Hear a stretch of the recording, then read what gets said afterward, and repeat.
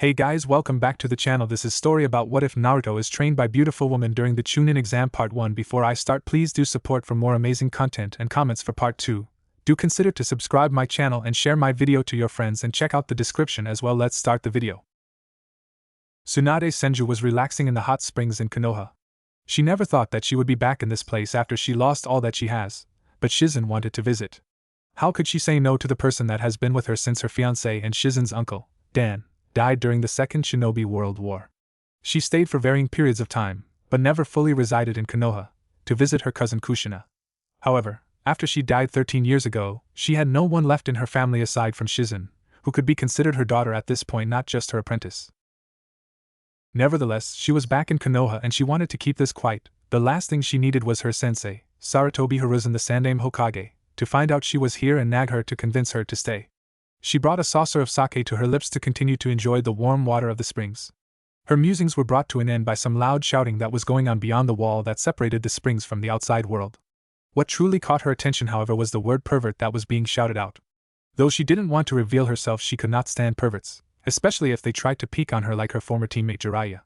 She got out of the water and wrapped herself in a towel before making her way outside to punish the peeping Tom. Naruto Uzumaki was having a bad day. First, his sensei ditched him for Sauce Team, saying that he needed his help more. Sure, Gaara was strong, shockingly so. I mean, the punishment that he took from Bushy Brows, who battered him around the preliminary arena, was outrageous, but he needed help too. Niji had shown that he is more than willing to kill fellow Konoha shinobi. At least Gaara has the excuse that he was fighting a foreign shinobi. Niji went mad just because he didn't like the other person's views, and knowing his luck, Niji would do just that. That's why he needed help. But what does he get? He gets passed on to some closet pervert that he beat with a single jutsu that wasn't even that cool. He was taken to the hot spring so he could learn how to walk on water, but ever since the second stage of the Chunin exams and that long-tongued Kusa Kunoichi had hit him where his seal was, controlling his chakra became really difficult. Maybe he should have said something. Well, that was for later. Now his new sensei was just knocked out by some long, white-haired pervert that summoned a frog that used its tongue to knock him out. Hey, what do you think you are doing, you pervert? Who the heck are you? He shouted. The man responded with by doing a weird kabuki dance. Who, me? I am known as the man that the ladies squeal upon seeing, the one that all men idolize and wish to be. I am known as one of the greatest shinobi to ever live. I am known as the Gamasenin Jiraiya, he proclaimed from the top of his toad. Gamasenin? Questioned a confused Naruto. Exactly, he stated as he dismissed the large orange toad. Hey, pervy sage, what are you going to do about this? Shouted an exacerbated Naruto while pointing at the man who was supposed to teach him for the 1 month before the finals of the Chunin exams. What were you doing anyway? The man began digging around in his pale green kimono top, saying, I was getting inspiration. I'm a writer for a brilliant novel. As he said this, he pulled out a familiar orange book that Naruto had always seen Kakashi-sensei reading. Oh, that, stated Naruto. Oh ho, you know this book, do you? I've gotten quite famous here, thought the man with a wide grin. That's not a novel.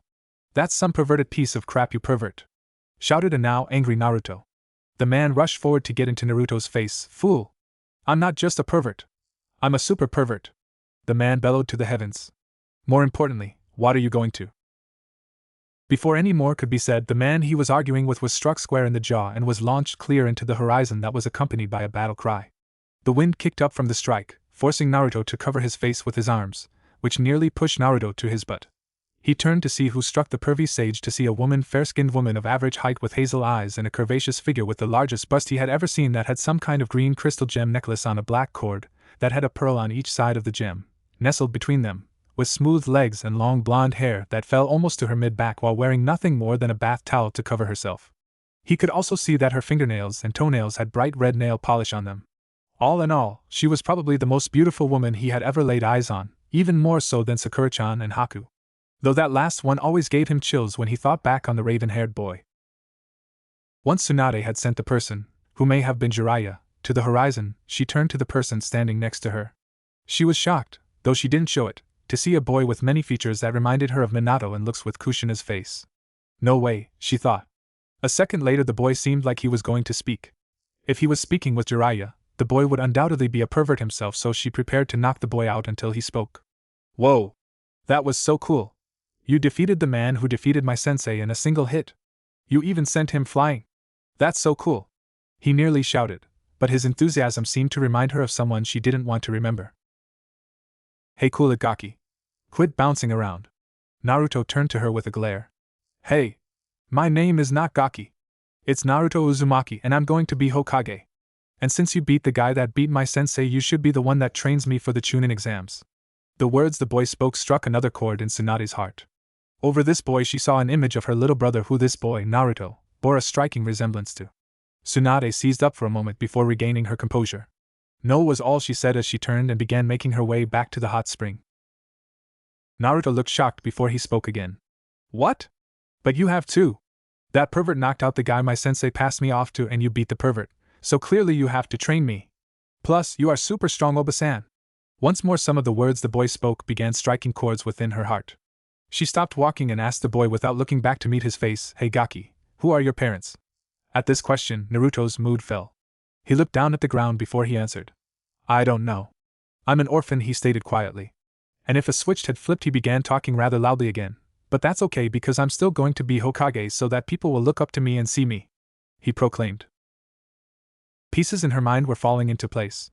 If this boy was as old as she thought he was, then maybe, just maybe. Wait here, boy, I'll be right back. Without waiting for a reply, she walked back into the hot spring to change and collect Shizen and Tantan. Naruto, on the other hand, was dumbstruck. Was this lady going to train him? Is this the first person who is willing to train him simply because he asked? Hope welled within him. He made sure to plant himself in the spot he was at and wait for the beautiful and strong Oba-san to come back. Tsunade meanwhile was plagued by thoughts. Maybe he wouldn't have died if he was trained better. Maybe he would have lived if he had a better sensei, thought Tsunade as she re-entered the spring. She located Shizen giving Tantan a bath in one of the corners of the pool. When she reached her location, she addressed her apprentice/daughter. Shizen, when you are done, we are going to meet someone who is waiting outside, and no, it is not Sarutobi-sensei. As Tsunade walked away, Shizen was stunned. But my lady, if you don't mind me asking, who are we going to meet? Asked her apprentice. That, said Tsunade as she turned to freshen up, is what I aim to find out. Naruto waited patiently for the beautiful Oba-san to come out of the hot spring. He was getting antsy despite the little amount of time that had passed since she had left. Not being used to many people showing him kindness, he was always weary until they showed they weren't going to treat him like the villagers. To his surprise, the woman came back. She came out in a gray, sleeveless kimono blouse with a broad, dark bluish-gray obi that held it closed, bluish-gray capri pants, open-toed, strapped black sandals with a pronounced heel, and a grass-green obi that had the kanji for gamble on the back inside a red circle. Following her was another fair-skinned woman who was slightly shorter than the blonde, same-style sandal though without the pronounced heel. She had straight, shoulder-length black hair with onyx eyes, dressed in a bluish-black kimono with white collar that was held closed by a violet obi. She also appeared to have a mesh armor shirt underneath along with a red collar. In her arms was a small pig that had red vest and a pearl necklace. Glad to see you still waiting, Tsunade told him. Now, before I even consider training you, tell me two things. Do you know who I am? And do you know what it means to be Hokage? Naruto pondered his answers to the questions. Well, you are some kind of super ninja who is super beautiful and super strong, who can beat anyone with a single hit, he said excitedly. The black-haired woman seemed like she was giggling behind her hand at his response. The second one though, that one stumped him. He thought on his answer long and hard. He then thought to what Hokage Gigi had told him long ago. As Hokage, it is my duty to protect this village. Not just the buildings but the people too. I see all the people in the village as my family and I want to protect my family. He also remembered the words Haku had told him when they met in the forest. Do you have someone precious to you? I believe to be truly strong a person must have someone precious to them. Having his answer, he answers the pretty Oba-san. I want to be noticed. I want to be seen as me. Tsunade frowned at his answer and was about to tell him to leave until he continued, but I also want to protect my precious people. To do this I need to become stronger so that I can keep them safe. Tsunade and Shizen were shocked by this answer. Tsunade saw an overlay of her brother Nawaki, her grandfather Hashirama, and her fiancé Dan, while Shizen saw Dan over the boy. Tsunade did her best to repress her feelings of seeing her loved ones in this boy. Feelings she had that were not felt since Dan. She thinks back on her thoughts that she had about her little brother back in the spring. If he is family, maybe this one I can keep alive, she thought to herself. Letting out a sigh, fine Gaki, I'll train you, she told him, surprising both the boy and Shizen. My name is Tsunade Senju and this is my apprentice Shizen Kato, and I am the world's greatest medic, Nin, she told him as she sported a confident smirk. Naruto's eyes went wide. He was surprised to hear that this Oba-san with a super punch was a medic like the ones at the hospital. However, I will not train you here. If you are training for the finals, then you don't want to do it where your competition can see you, right? Naruto thought about it before nodding along with what she was saying. Yep, he definitely made the right choice in asking this pretty Obasan to train him. We'll head out of the walls and do your training there. While we walk, I want you to tell me what you were working on and any injury or event that has happened since you started the exam, she told him as she turned to make her way out of the village, Shizen, Taunton and Naruto catching up with her. The three were making their way from the hot spring to training grounds to get out of the village unnoticed. Hey, Naruto, right? Didn't I tell you to tell me about any injuries that you have taken since the exam started, right? Naruto rubbed the back of his head sheepishly, forgetting that she asked him to do that. He was more into the route they were taking. It seemed to be a route that traversed the outskirts of the village, avoiding all the major areas where people like to congregate. It was almost like she didn't want to be seen, though if it was because of him Naruto could understand, though it did sting. Not wanting to bring down the mood, Naruto responded in his usual energetic tone. Well, the first exam was really hard, you know. It was this test that had all these super hard questions that I didn't know how to answer, he said, a little downcast. Though he didn't see it, the two women raised an eyebrow at his explanation. Did he not know he could have cheated, or did he not have a method that he could have used? The two ladies thought as they walked. So, I just didn't answer any question until the last one, which I passed because that scared-faced proctor couldn't scare me, proclaimed Naruto. Again, both women were surprised by his statement. He passed an information-gathering test by not backing down, they both thought. Well, he's certainly an interesting one. Seems like a way that Kushina may pass if she wasn't prepared for hers, thought Tsunade, giving her more suspicions as to who his parents are. Then after he explained that we could have cheated, there his tone took a drop as he was told that he needed to cheat to pass. But it jumped up again as he continued his tale. This crazy lady that had a coat over some fishnet clothing came bursting through the window saying she was the second proctor. Though I have to admit her entrance was pretty cool, he said with a nod and his arms crossed. What happened next was more of him running his mouth without thinking. Though it's not as cool as pretty Tsunade Obasan punching someone into the sky. This caused Tsunade to smile softly while Shizen looked on curiously at her master's response. Anyway, she brought us to this place she called the Forest of Death, he said with a shiver. Well, I kinda told her that the place wasn't scary. But then she threw a kunai that cut my cheek and licked the blood, he said with another shiver. Tsunade got a flat look on her face. That is not a good habit. She could end up ingesting something poisonous or toxic if she does that to the wrong person just to intimidate a genin of all people, Tsunade thought with a groan. Then after she licked my cheek, some other lady with this super long tongue, like it was so long she actually used it to hand the crazy proctor her kunai with it, came up behind us with this creepy smile, he said as a chill went down his spine. This bit of news surprised both Tsunade and Shizen. It couldn't have been, the two thought, but waited for Naruto to finish his tale before they questioned him about this long-tongued individual.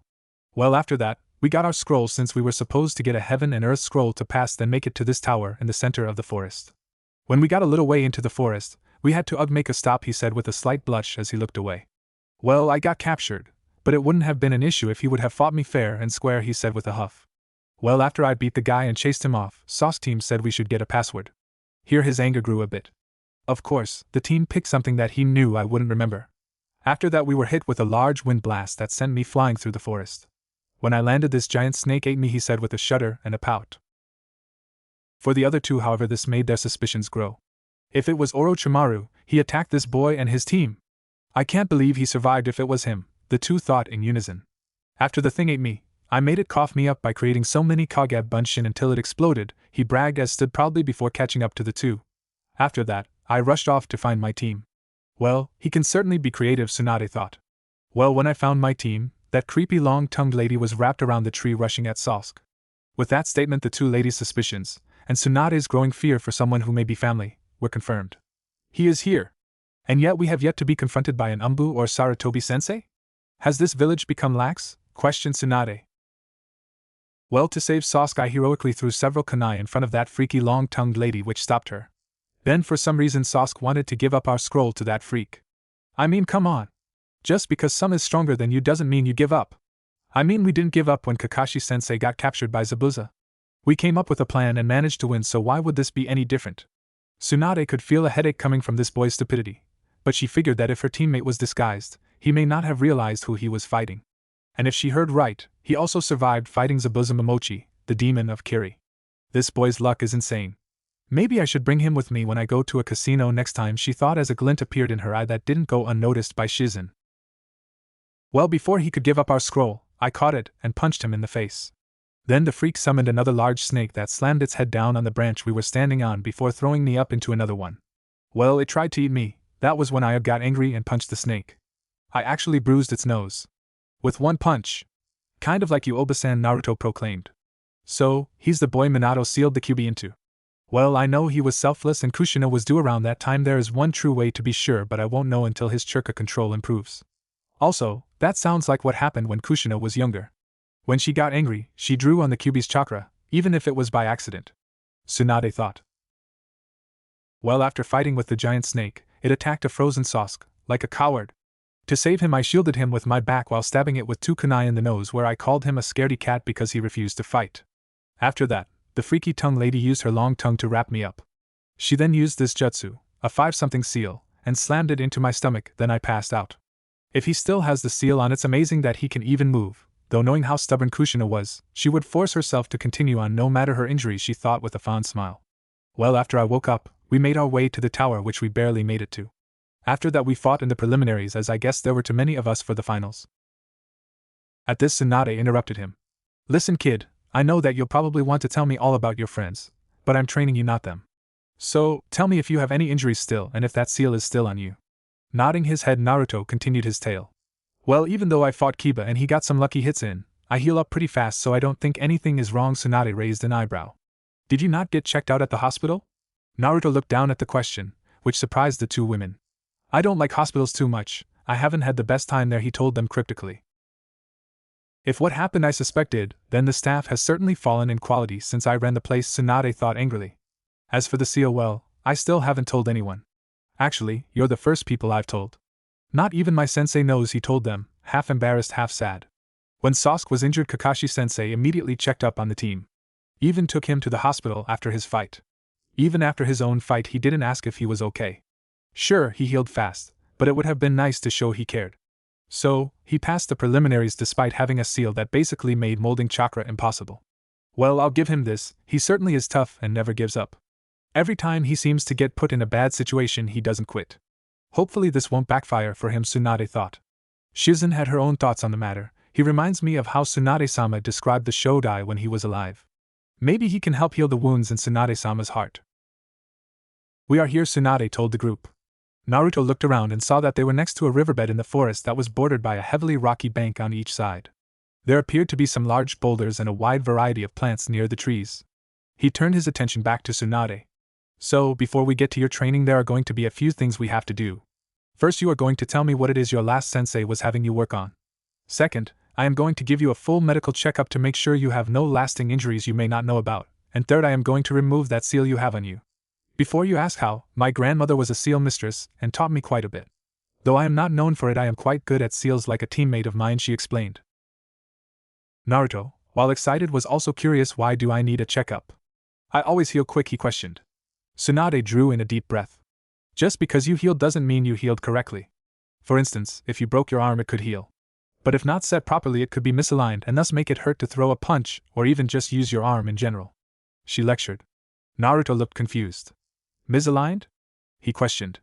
Tsunade's eyes narrowed before answering. It means to not line up properly, she said as she gave a demonstration by using her pointer fingers not touching as she pushed them together. Thanks to the demonstration, Naruto understood what she was getting at. Well, how do you know that I have that problem? That's why I'm giving you the checkup, to make sure that hasn't happened since you don't seem to like hospitals, Tsunade explained. Finally grasping what she was talking about, he went on to explain what he was working on.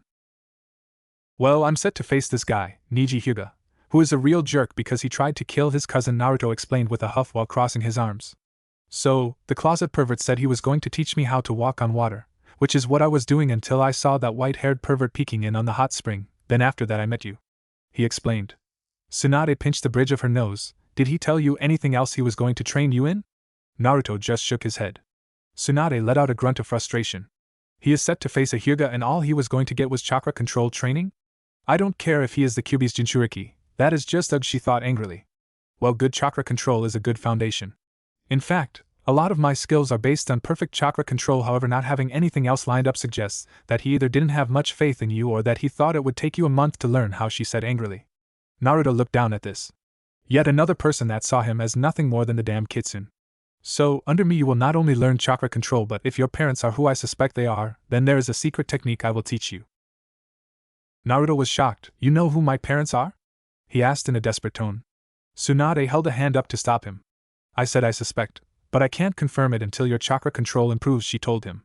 But why do I need good chakra control? I can already use a jutsu from the scroll of sealing. He protested. Just because you can use a jutsu doesn't mean you can use it effectively. If you can't mold your chakra properly, then you run the risk of either overloading or underpowering a jutsu, leading it to fail. If you use too much chakra, you could die, as not having any chakra in your body is the equivalent of having no blood, she explained. And in your case, it's worse. Naruto looked at her confused, for both the new word he hadn't heard before and how running out of chakra is worse for him. Seeing his confusion, she explained. If you run out of chakra, the Kyuubi could flood your system to keep you alive, but that could lead you going on a rampage, as its chakra is dark and malicious. Naruto was surprised that she knew about the Kyuubi and the effect his chakra can have on him. He began to quake in fear that maybe she was going to hurt him or turn him away. Seeing his expression, Tsunade spoke. Yes, I knew you held the Kyuubi, and no, I don't care. I knew someone just like you, and the kitsune did not define her. She perceived and became one of the strongest kunoichi I knew. Heck, sometimes she could even give the yandere a run for his money if he wasn't using his Hiraishin. She didn't even need the fuzzball's power to do so, she explained with a fond look in her eyes. Naruto was shocked. If she knew someone like him could be strong enough to rival the yandere, then his dream of becoming Hokage was achievable then. Really, was she really that strong? Smiling down at him, she nodded. Yes, she was. She was also headstrong, stubborn, and had the will to never give up. The more she talked about this person, the more Naruto suspected he would get along really well with this woman. With this, his excitement exploding out of him. Hey! So Oba-san, what are you going to teach me? Well, the first thing I am going to teach you is chakra control, since that is the basis of what I use. I will also teach you how to fight without taking a hit. Since you are fighting a Hyuga, taking any kind of hit could prove fatal. And the last thing I'll teach you is physical conditioning, and not just working on your speed and strength. We will be working on flexibility and proper diet. Naruto looked at her confused. What does diet mean? It means what you eat. What does what I eat have to do with anything? Tsunade let out a sigh. Proper nutrition is what improves muscle growth, makes you stronger, improves your brain condition, helps you think better and understand more, and helps you grow taller. Having a proper diet can improve a shinobi's ability to survive on a mission, she explained. Well, I don't need anything but ramen, Naruto said while nodding his head.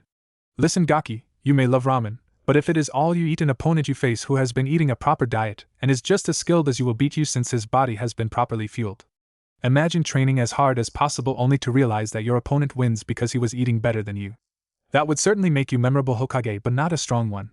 Tsunade used the same explanation she used on her brother to get him to eat properly, and seeing the look on Naruto's face, it seemed to still work. Under great protest, Naruto relented. Well, let's get started, she told him. Take off your shirt and jacket, and I'll start your examination. Following his new sensei's instructions, he removed his top and stood before her.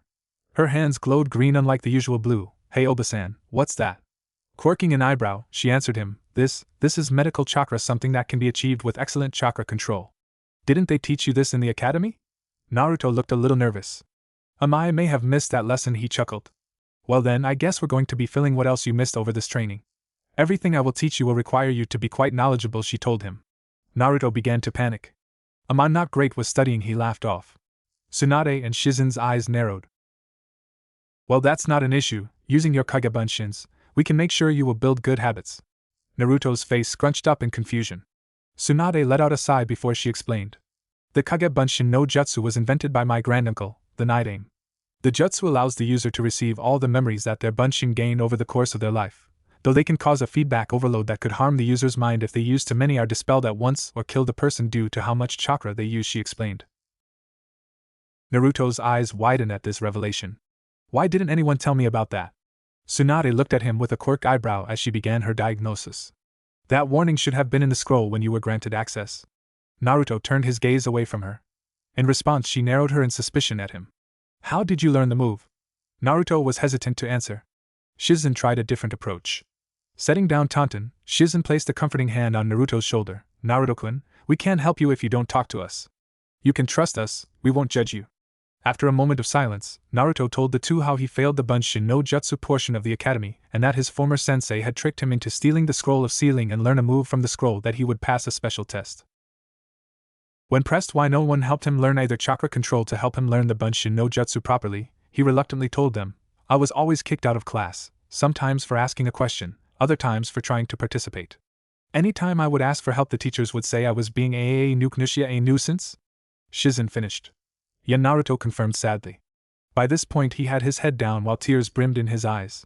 Shizen hugged him, which he returned, while Tsunade went over what she learned. This child is greatly malnourished. If I had to bet, the chakra of the Kyuubi must be healing that. If he is an Uzumaki, then his genealogy and the Kyuubi's chakra are healing his malnutrition, thought a seething Tsunade, remembering that this was not what her grandfather wanted for children in this village. Taking a deep breath, Tsunade spoke to change the subject, though now she has a better understanding of why he doesn't understand certain words and concepts that should have been covered in the academy. Well, now you know more about the jutsu you learned from the scroll. We will be using this for everything but physical conditioning. We'll get started once I get that seal off of you. Now raise your hands up and prepare to feel some pain. Naruto was released from Shizen's hug and wiped his eyes. Thank you? For what, Naruto-kun? Asked Shizen. For listening and helping. This time Tsunade hugged him. While the one he got from Shizen was nice, this one felt warm and comforting. Alright, let's get to it, Tsunade said abruptly as she broke the hug, a light dusting of pink on her cheeks that she hid behind her fist. With a nod of his head, Naruto raised his arms above his head as the fingertips on Tsunade's hand light up with blue flames. Five-pronged seal release, she cried out as she struck the seal on his stomach that made Naruto hunch over from the strike. As Naruto recovered from the hit, Tsunade turned to her apprentice. Shizen, use a henge and go into town, get some basic books on calligraphy, reading, and first-year medical books. While I may not make this boy a full apprentice, yet, he has quite a bit he needs to catch up on if he is going to be trained by us. Shizen's eyes widened in shock. TTT Tsunade-sama, are you sure you want me to help train the boy? She asked hesitantly. Yes, while I will be overseeing the majority of his training, you have a different approach that he may listen to depending on the subject, or if I get tired. Despite my age and who my grandparents are, I am biologically younger than my chronological age. The large amount of chakra his system has undoubtedly given the boy a lot of energy. That means we are more likely to get tired before he does, she told her apprentice.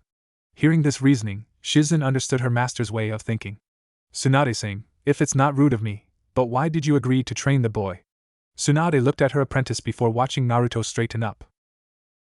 Naruto, try the water walking exercise again, not that your chakra is flowing better. She shouted at him. Naruto gave a yell of acknowledgement. As he stood on the side of the river, he channeled his chakra to his feet before stepping out onto the nearby river. Call it a feeling, Shizen, she answered her apprentice as they watched Naruto perform the exercise effortlessly, and if what they were told was true, he was almost able to do the exercise with his chakra flow disrupted. Now with it flowing properly, he was able to do it flawlessly after using a hand sign to channel his chakra, which was stunning. While it can be improved to be done on instinct, doing what he did with less than an hour's practice shows just how much potential the boy has. Shizen returned to the riverbed to quiet the sight. While she had gone back to the village and got the texts that Tsunade had asked her to get, as well as lunch, she saw that Naruto had created well over 100 Kage Bunshins working on both the tree walking exercise as well as water walking.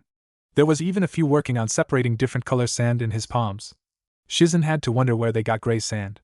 Leaving that for later, she looked out to the two who were standing on the river while Naruto was going through taijutsu katas for the Tsunade's personal style, which relies on heavy strikes and evasion.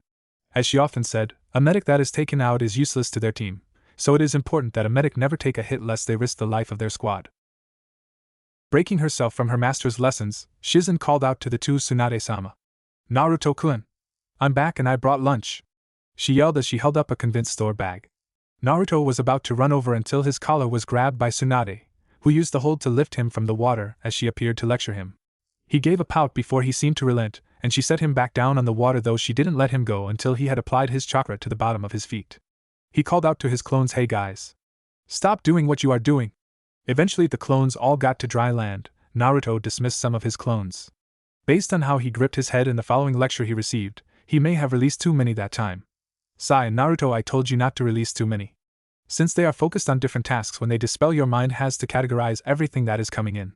If the information is not the same, then you may either take longer to process it or have it overshadowed by whatever else is being processed, making the training useless, she lectured. Naruto, being annoyed by the throbbing in his head, didn't realize what he said as he said it.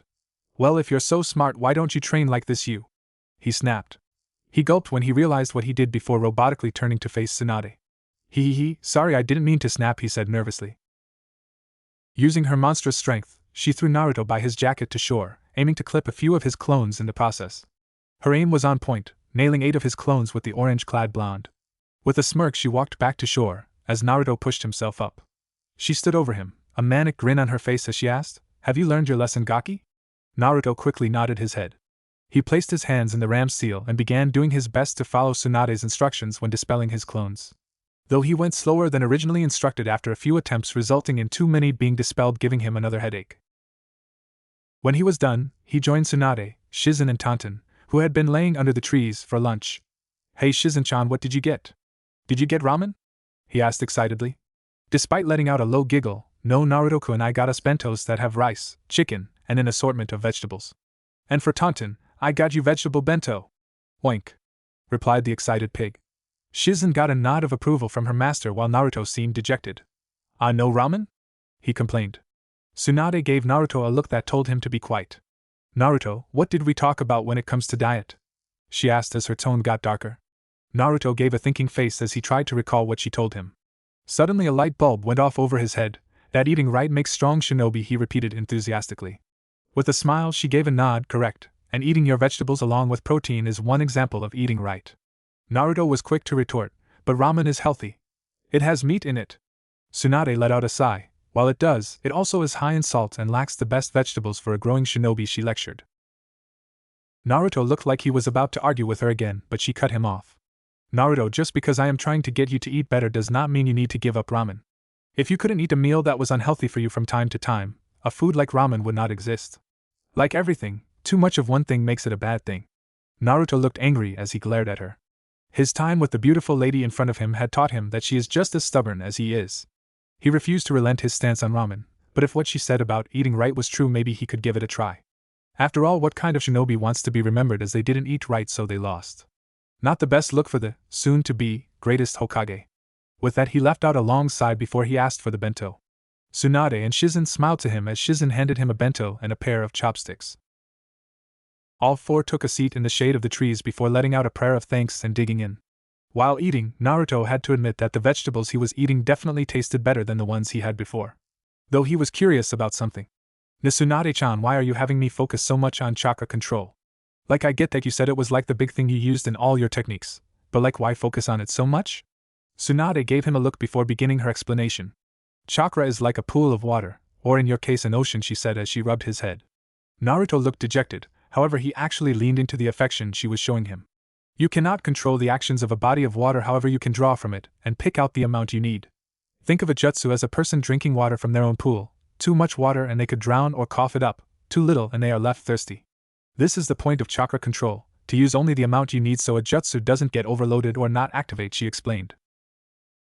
Naruto seemed to understand her analogy better than when Iruka-sensei tried to explain it. Last time he tried to get him to learn, he just went on and on about how good control makes things stronger, and that if he didn't learn it then he would struggle to learn a jutsu. Well, he learned the Kage Bunshin no Jutsu without good control. But wait, I learned the Kage Bunshin no Jutsu, and you keep saying I'm wasting chakra. How can that be true if I keep making Bunshin? Tsunade gave him a small smile. Good question. You see, the Kage Bunshin uses a lot of chakra to make, so it is difficult to overload them. However, have you noticed that it's easier to make massive amounts of them rather than a few? Naruto thought about it for a moment before nodding to her question. See, this is due to your control. The higher the control, the easier it is to use a small amount of chakra to use these large jutsu like your Kage Bunshin. Imagine how many more you could make if you didn't need to try as hard to make so few of them. Naruto got a contemplative look, then his eyes lit up at the thought. There is something else to keep in mind. Some Kekkai Genkai that are chakra-based could also activate, or be usable to their owner, as they are able to easily mold their chakra, she explained. Naruto got excited. So are you saying I could have a cool ability like Sasuke team? Tsunade shrugged. It's possible, but this only applies to chakra-based Kekkai Genkai, as their ability to mold their chakra is tied directly to their ability to wield said abilities. Then Naruto got skeptical as something struck him. But wait, if I have so much chakra, shouldn't it not matter if my control is good? Tsunade shook her head. The biju in your gut only gives you large reserves and access to another source of chakra. The ability to control it is still all you. No matter how much chakra you have, if you can't control it, your instincts won't manifest the ability, as it could result in its user's death. And in your case, running out has different side effects. Like I told you, if you run out it will flood your system and make you lose control. However, if you can control your own, you can eventually control its if it tries to force some into you, or if you need to draw on its power should such an emergency come up, like when you fought Haku and that long-tongued lady in the forest. Naruto looked both sad and eager, sad that he may have had a cool ability sooner if his control was better, but eager to see if he did. If all he needed to do was boost his control to make it happen, then he was more than eager to put in the work. Plus, if he could use the furball's chakra because of it, then all the better reason to get to it. Before he could get started, however, Tsunade put her finished bento and chopsticks to the side and got to her feet. If you need more of an incentive than if you can get your control to my standards, I'll teach you how to do this. Eager to see what she would do, Naruto watched her walk on top of the river to stand in front of a massive boulder he estimated to be 5 times her size. He watched with rapt attention as she struck the boulder, shattering it to dust. Naruto was awestruck. You see, me punching this hard is a combination of chakra control and my muscle strength. While we may not be able to get yours this high by the finals, I can definitely show you how to do it with chakra if you get your control high enough. Naruto was practically jumping out of his skin. He could see it now. He punched Neji team and Sasuke team so hard he'd send them flying out of the arena.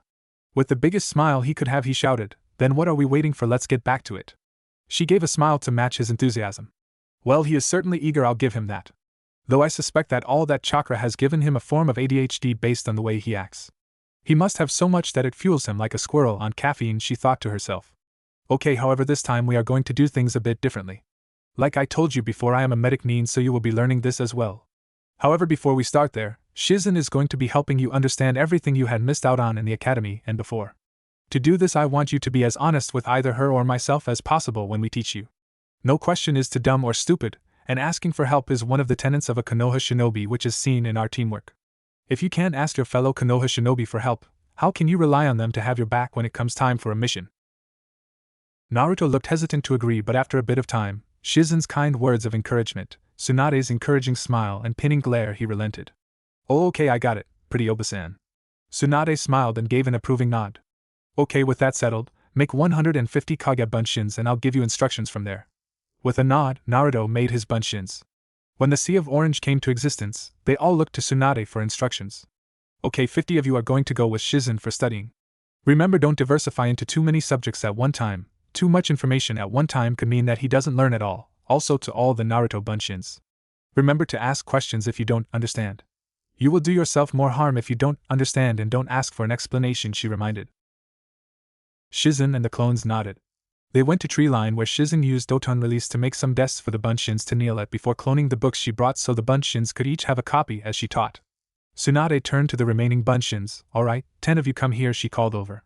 When the 10 stood before her, she reached into the water and pulled out some rocks.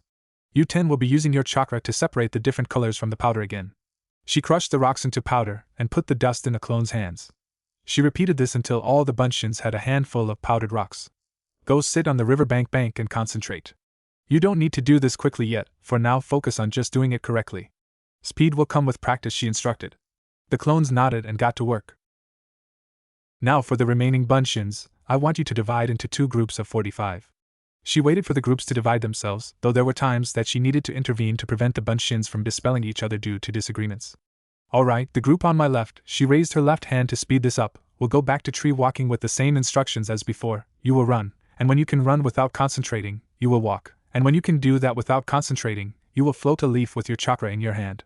While you may not get past this point today, if you do, put them on different parts of your body. The best way to know when you succeed is the same as before. You can do it without thinking about it. The clones nodded before going away from the group Shizen was teaching and began their part of the training. She turned to the remaining group. You lot will be doing water walking with the same instructions, however the order for you is reversed. You will walk, then you will run, you will then add the leaves. Do you understand? She seemed to get a nod from all the clones before sending them off. Tsunade turned to the real one. Now you and I will go back to taijutsu on the water. With your large chakra pool, doing it this way will be the quicker way to get your chakra control to where I would like it to be. Naruto looked like he wanted to ask a question but also looked like he was holding himself back. Remember, I told you that were no stupid questions, so if you have one, ask.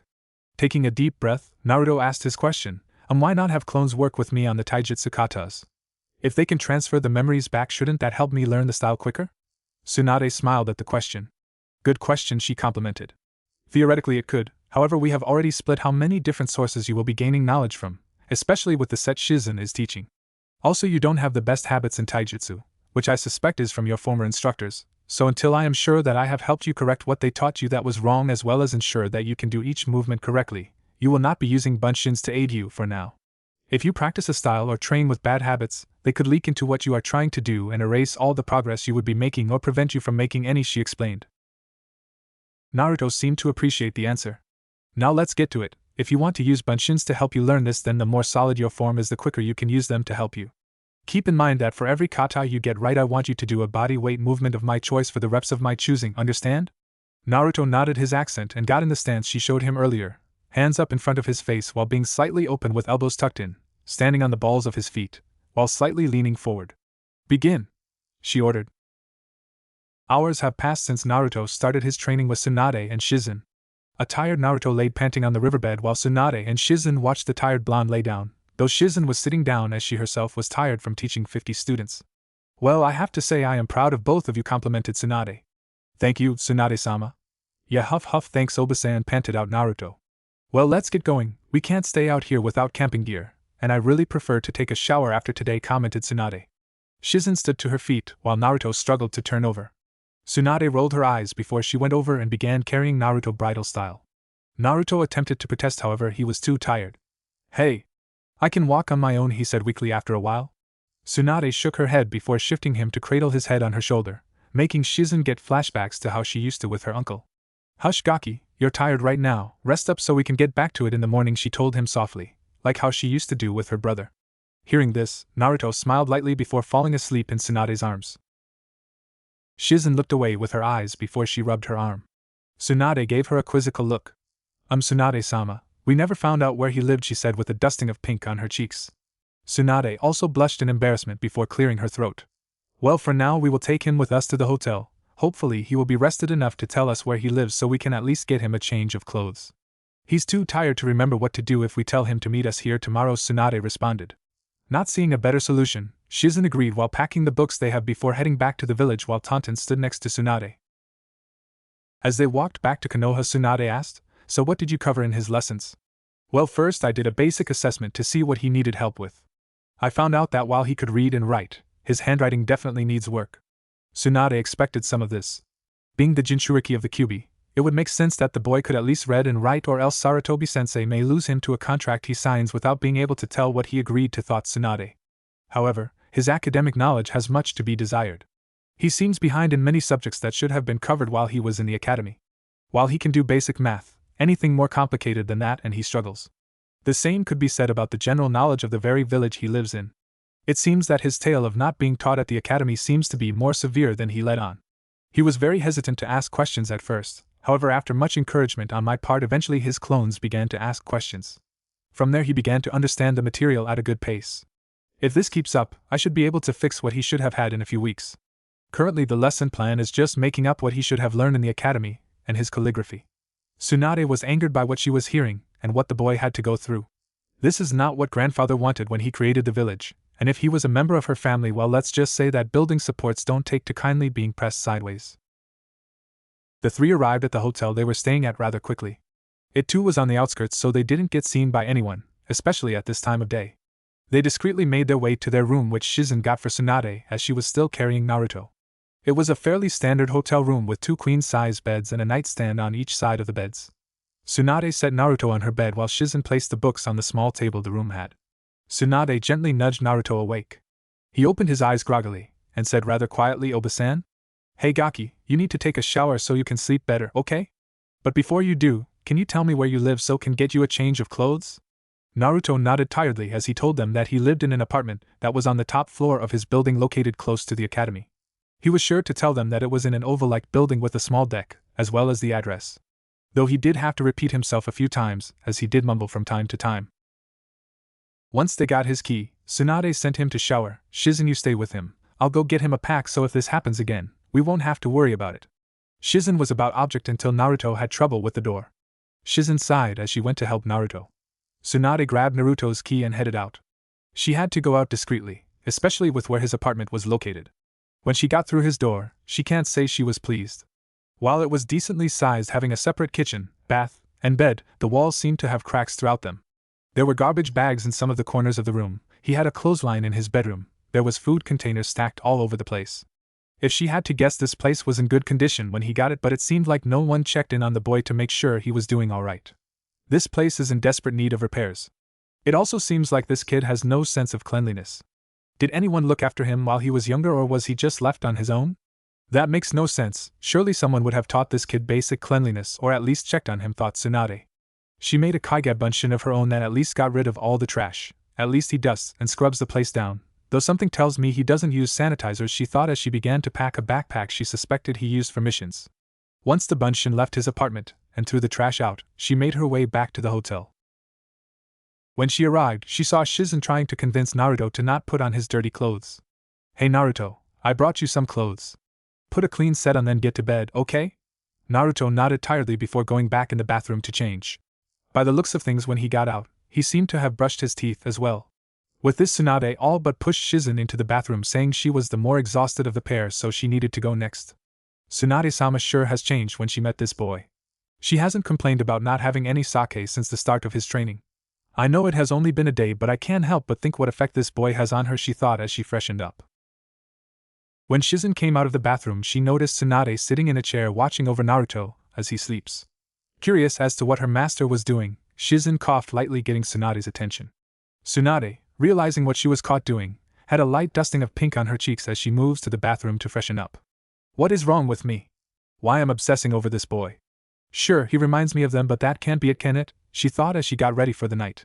When Tsunade left the bathroom, she saw that both Naruto and Shizen are already asleep, with Tantan taking up residency on Shizen's bed. Since Naruto was in her bed, she made her way over to it, resigning herself to sharing it with him. Noticing how peaceful he looks, she goes over to him and lightly pokes him on the forehead with a smile as an attempt to move him over slightly so she can also rest in bed. While it did move him like she intended, something happened that she didn't expect. Naruto had grabbed onto her hand after she poked him. By the looks of things, he was heavily asleep, and not aware that he did that. Not wanting to wrench her hand out of his grip and risk disturbing both him and Shizen, Tsunade decided that she would let the gaki hold her hand as he slept, but she would sleep under the top sheet rather than both, to retain some form of modesty between the two. Naruto awoke to a feeling of something soft engulfing him. He tried to open his eyes to see what it was, but that was proving difficult. Whatever it was preventing him from opening his eyes.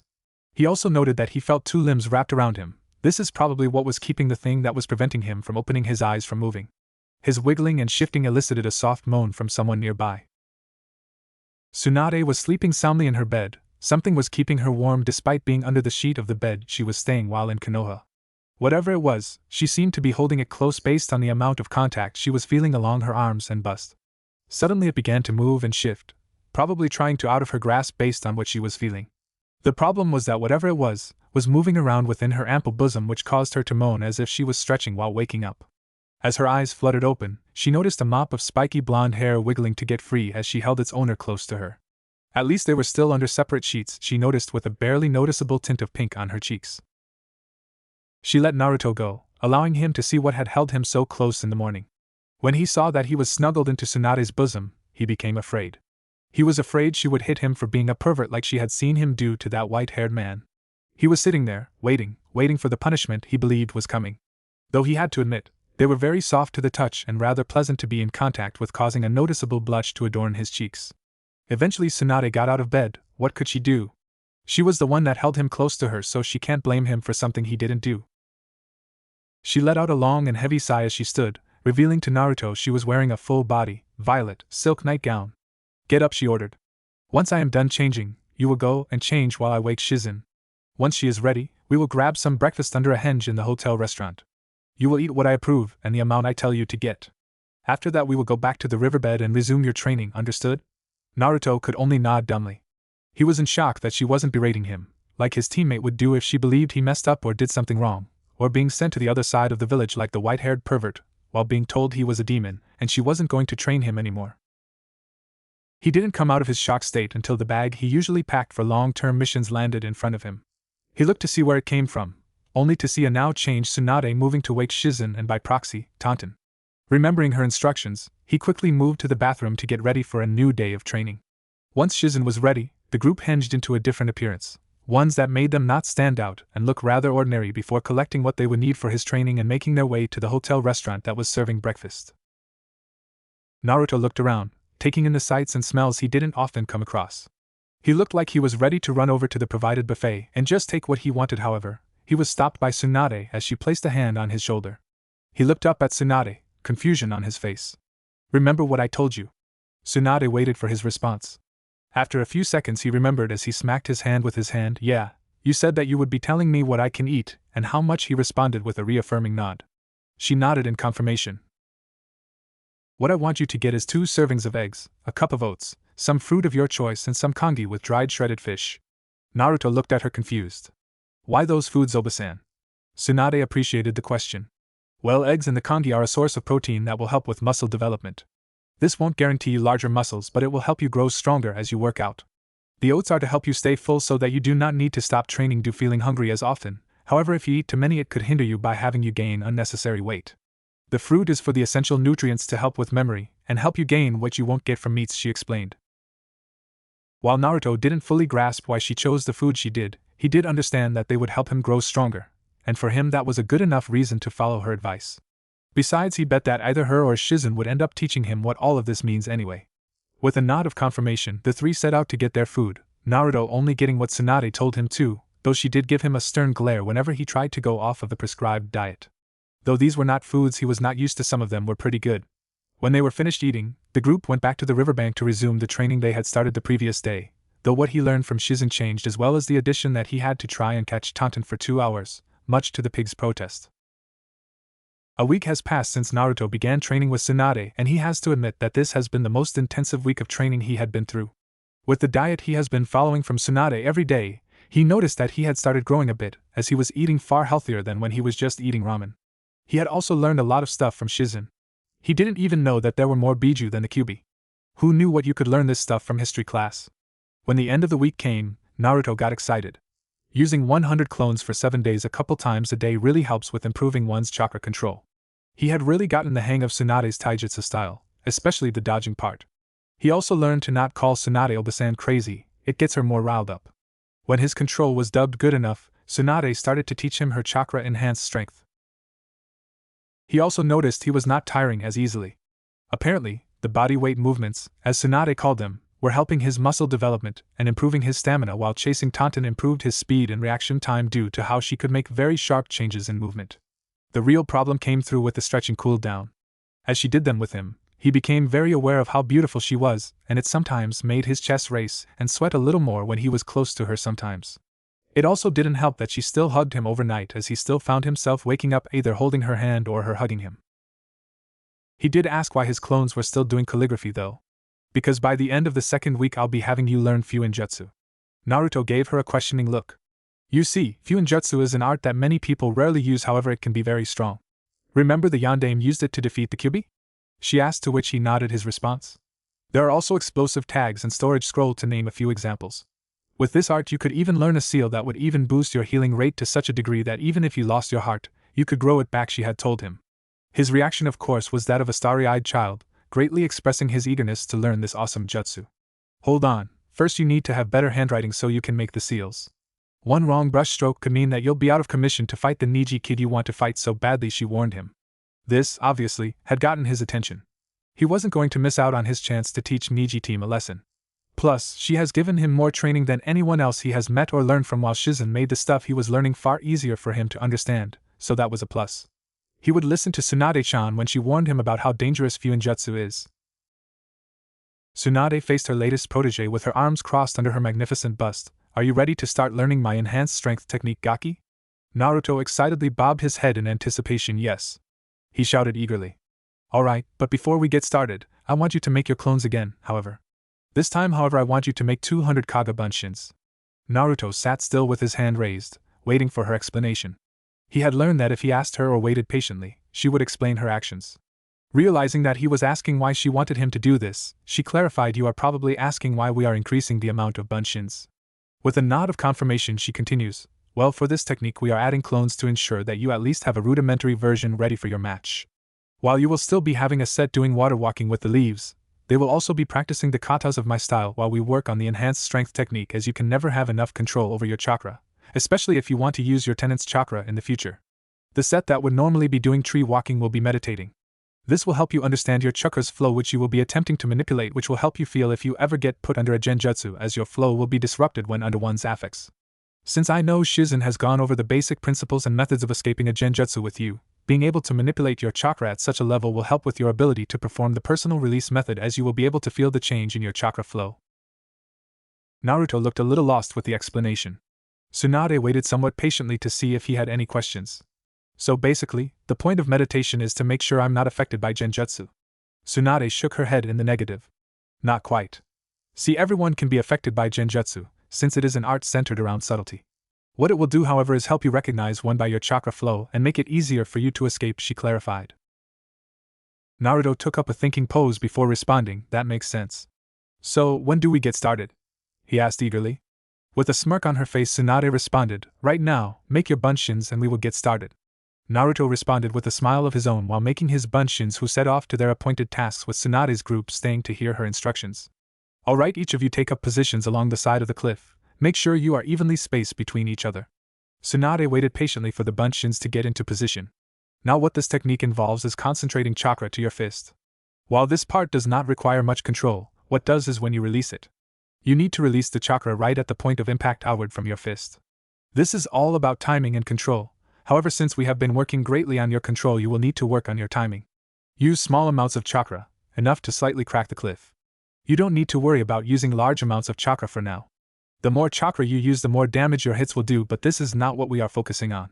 For now, we want to get your timing down, understand? The bunshins nodded in understanding before turning around to get started. Oh. Before you start, she turns to the real Naruto. Every 10 strikes you do, I want you to do the following: 10 wide push-ups, 10 squats, 10 high knees, and 10 close push-ups, then get back to striking. For the clones, alternate which fist you strike with, stay in your stance the entire time even when you are feeling exhausted. Remember, when you get sloppy your opponent will strike their hardest, she ordered. With that, the clones and Naruto got in their stance and began striking the cliffside. In the meantime, Tsunade made sure that the clones that were separating different colored crushed rocks had their material before staying mostly with the clones that were practicing their katas, ensuring they are keeping their form proper as they practiced. The bunshins with Shizen have recently just finished the basics that Academy had went over. Due to this, the bunshins had begun learning the basics of medical ninjutsu theory with the hope of being able to use the mystical palm by the 3rd week in the month. Partway through the week, Naruto brought up something to Tsunade's attention while they were eating lunch. You look like something has your attention. What's up? Naruto looked a little confused before telling Tsunade and Shizen what's on his mind. Well, something weird has been happening, I guess, with the clones that are meditating. It's like they can see these patches of blue around them. The blue patches also seem to have different levels of intensity, he told them. Shizen and Tsunade looked curiously at him, both suspecting the same thing. Tell me, Naruto-kun, do these patches move as if they are alive? Naruto had to think about it for a bit. Yes. I sometimes see two moving a lot, while some of them seem to have concentrations around certain areas like they are trying to use the blue energy, he told them. Naruto, you access this ability through meditation, correct? Naruto nodded in confirmation. I want you to meditate for me, then let me know when you start to see these blue patches, Tsunade ordered. After a while, Naruto let Tsunade know that he can see them, though there aren't as many as when his clones were meditating. That's fine. Tell me, do you see 2 patches close to you? Yeah? One is really bright while the other doesn't seem as bright, he relayed. That statement confirmed for the 2 women that Naruto was a censor, however they were curious how powerful this ability was. He mentioned before that he could see the blue being manipulated to maybe he can even see a person actually molding their chakra. Naruto, I want you to follow the brighter patch as you meditate. Let me know if you can see any shifts in the patch. Okay, Obasan. With that, the bigger patch started to slowly move away from him. After moving around for a bit, Naruto noticed that it seemed like the blue was gathering at a specific point before it was unleashed. A loud crack was heard and the gathered blue was gone. Naruto opened his eyes quickly to see that Tsunade was standing in front of a downed tree that looked like she just punched it. She was also standing where he had seen the bright blue patch in his mind. Naruto, were you able to follow the movement of the blue patch as well as when it became concentrated within it? Asked Tsunade. Naruto quickly nodded his head. Yeah. What was that? He asked quickly. Well, Gaki, it seems that you are a sensor nin. Meaning you can track chakra signatures. Those are the blue patches you described. You can even see the chakra a person had being molded, which is uncommon for a sensor. Does that mean I have a super cool and unique skill? Asked an excited Naruto. Tsunade rubbed the top of his head. Yes, it does, Gaki. However, that means that your meditating clones will have to work on this ability, since you may be able to take it further if you get used to it, she told him. Alright. Let's get to it then. Shouted an excited Naruto. Alright, when you make your clones, send the group to where they are going to meditate. I'll give them their instructions then. In the meantime, have your other clones continue the route we have been using thus far. With a nod, Naruto created his clones and joined the ones that were punching the cliff. The group that was to meditate waited patiently for Tsunade to give them their instructions.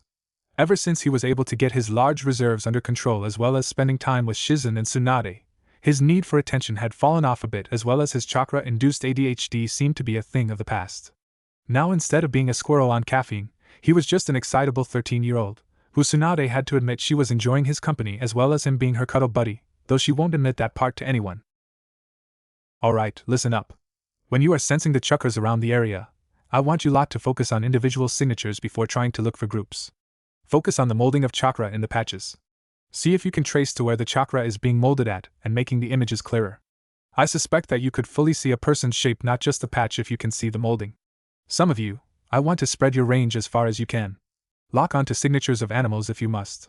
You will see, especially with this ability, that animals have their own chakra as well. Use them to work on practicing seeing faraway targets that are well beyond your line of sight, she told them. With the instructions given out, the clones got to work. After a long day of training, Naruto was once again dragged to Tsunade and Shizen's hotel. He didn't mind it, he just wished she wouldn't carry him there. It was nice though. He felt safe and warm with Tsunade, though he still woke up a little tense that she would get angry with him because of how they woke up. But it was nice to not wake up in his lonely apartment. He liked that through his conditioning he was getting faster and lasting longer when he was training, especially the dodge training she always had him do after lunch and before their cool down. Their after training stretches still made him feel a bit heated in his chest, and he was certainly doing his best to hide the blushes he got when she smiled at him. As the trio entered the hotel room, Tsunade had something for him to work on. Naruto, she called. He looked at her through tied eyes. I want you to spend some time using your sensory ability to sense the people that walk by the hotel and track a group for as long as you can. Naruto looked at her like she was insane. He was really tired. How was he supposed to stay awake long enough to track a group of people in Konoha? She apparently knew what he was thinking, since she turned to him and said, Naruto, just because you are tired isn't an excuse. When you are out on a mission, will you let your responsibilities to your team go simply because you are tired? Will you give up in a fight because you are tired? These questions made him remember his training back in Wave. He had trained all through the night on multiple occasions just to get the tree walking exercise down. This was no different. With his mindset, he ran towards the bed before he was stopped by Tsunade. Sit on the floor, you are still grungy from training and I don't think you want to sleep in sheets that will smell like your day of training, do you? Naruto rubbed the back of his head sheepishly. You're right, Tsunade-chan, he replied, not thinking about the suffix. Naruto took a seat in the middle of the room before training his sensory ability. As Naruto rushed over to begin meditating, he didn't notice that Tsunade was developing a blush, however Shizen did. Tsunade-sama has changed since she has met Naruto-kun. For some reason she has been getting awfully close to him. It's like she is treating him as a younger brother, and as she didn't want to continue on that path, as she didn't see the older woman treating anyone like that since her uncle's passing. That was why she constantly gambled and drank sake, to try and repress the memories of both Dan and Iwaki. But she isn't freezing at the sight of blood anymore. I mean, sure, she locked up when he cut his knuckles open or bled a little from dodging what she threw at him, but now it seems like she is over it. What has caused this change? What does Naruto-kun process that has helped Tsunade-sama? Questioned Shizen as she freshened up for bed. It would be another 2 hours before Tsunade would conclude Naruto's training for the day. Periodically she would look out the window and make sure that the targets Naruto was tracking were moving in the directions she could see. To her delight, he was starting to track his targets with decent clarity, though he did fall off eventually, though that was when they were beyond her sight. He could also tell if they were young or old as well. This proves his abilities indeed had a lot of room to grow. It would be the end of the second week of training that all three would experience a surprise that would shake both Naruto and Tsunade to their core and bring the two to becoming inseparable. The end of the second week came rather quickly for Naruto. He was happy about all the training he was receiving. The calisthenics were doing wonders for him. Chasing down the stylish pig forced his speed and agility to grow, as was the dodge training he was subjected to by Tsunade.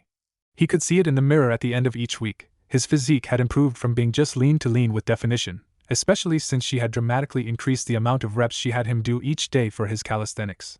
Heck, he could even clasp his hands behind his back by reaching from the top and the bottom of his back, which greatly excited him. His chakra control had gone up insanely well thanks to the first week, as well as his clones continuing to work on it through the second week. He could do the Danbanshin no Jutsu now. When he asked about it after training in the lessons from Shizen-sensei, Shizen explained that the jutsu use very little chakra, as it is used to be diversionary jutsu as well as one taught to learning shinobi, so they would have some means of escape if they had ever come across a senior shinobi. This was especially true during the clan wars era that preceded the hidden villages, where very young children could be ambushed and killed almost how he and his team were by Zabuza. That amazed Naruto. Originally, he figured that the jutsu was useless as it was just an illusion, but if it could save lives then he could definitely see it as useful in such a situation. When it came to his super strength, he was making a lot of progress. Though he didn't like using so little chakra when he started. When he received the memories of a clone about to lose its arm as it got a little ambitious in using more chakra than Tsunade told him to use, he had chills running down his spine from that one for the whole day. He greatly listened to Tsunade when she told him what to do when practicing the super strength jutsu. When he was noting his progress, he was able to easily chip away at the cliff face, putting spiderweb cracks in it as well as chipping away pieces every time he struck. In fact, she said he was ready to add more chakra to each strike. Alright Naruto, I think you are ready to add more chakra to your strikes.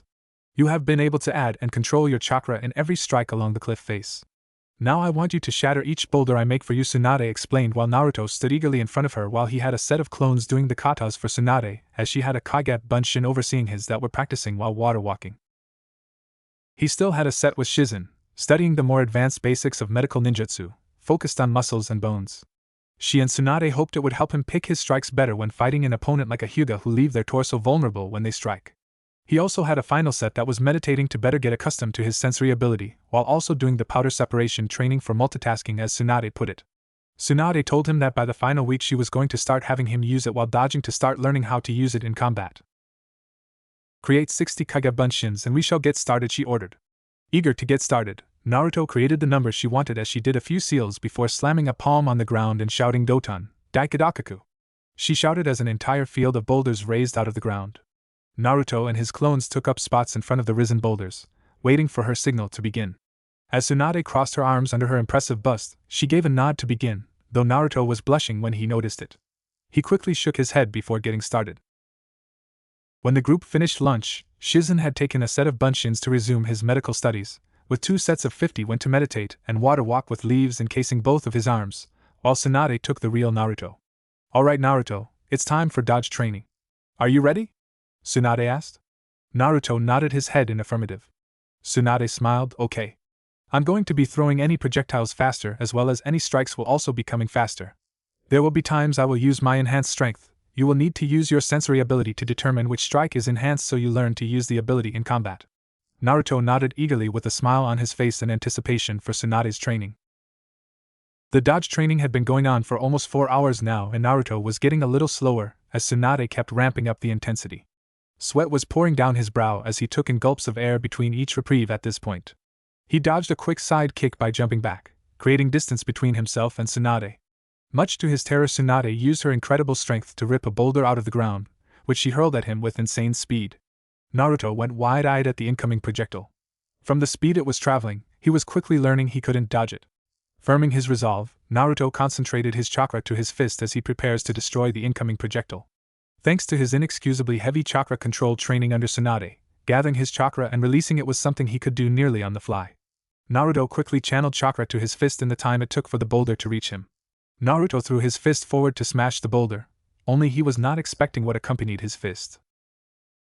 From his chest, following the path of his fist, were several spiked, golden glowing chains that had spear tips as the leading link on every chain. The chains assisted in utterly destroying the incoming projectile. This act stunned everyone. Tsunade went wide-eyed at what she saw the chains, while Shizen and his bunshins turned to the sound of the chains clinking as they extended. Naruto stared in awe at the chains that came from his chest. Wow! This is so cool! Hey Tsunade Obasan! What is this? Is it a Kekkai Genkai? He asked in rapid fire. Tsunade stood frozen. Seeing a blonde with the chains she had known her niece, Kushina, to have. That along with his other features confirmed his parents to Tsunade. While Naruto was enjoying his new power, Tsunade walked slowly toward the energetic blonde, eyes wide with robotic steps. Just as she reached him, his golden chains receded into his body. Naruto looked up, seeing Tsunade's expression he asked Oba-chan? Are you okay? Tsunade knelt down to his level, before pulling him into a powerful hug shocking Naruto. Oba-san? Tears ran down her cheeks. We are not alone Naruto, she said through her tears. This shocked Naruto. What do you mean Oba-chan? Tsunade continued to hold Naruto close as she said the words that Naruto would never let go of. I know who your parents are, in fact I am your biological Oba-san, Tsunade told him. Naruto was shocked. He had family, the one thing he wanted above anything. Naruto slowly raised his arms, returning the hug Tsunade was giving him as his own tears began to flow. See, can you tell me who my parents were? He asked softly. Tsunade nods as she pulls away. Your Kasan's name was Kushina Uzumaki, she started. She was a tomboy, especially when pushed she started to tell him, effectively calling practice to a close for the two. As she talked, Naruto had somehow ended up in her lap with his back to her.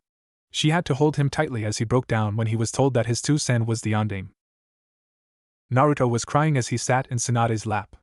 Why? He whispered. Why did he seal the kyubi into me? Tsunade held Naruto tightly, unsure of what to say that could alleviate the boy she held in her arms. Deciding to talk about how she knew him, Tsunade spoke. They loved and trusted you above anyone else that could bear this burden. He and your Ka-san loved you greatly. And while I believe Kushina would have never wanted you to carry the same burden she did, your Tsusen would have trusted you to be strong enough to handle it, and from what I see he was right, she said as she kissed the top of his head. Naruto looked up at Tsunade with wide eyes as tears trickled down his cheeks. He latched onto the arms that were wrapped around his waist, holding them close. Tsunade leaned into his back while holding him tightly, showing as much comfort as she could to her oi. After Naruto had calmed down, Tsunade continued to tell Naruto about his parents.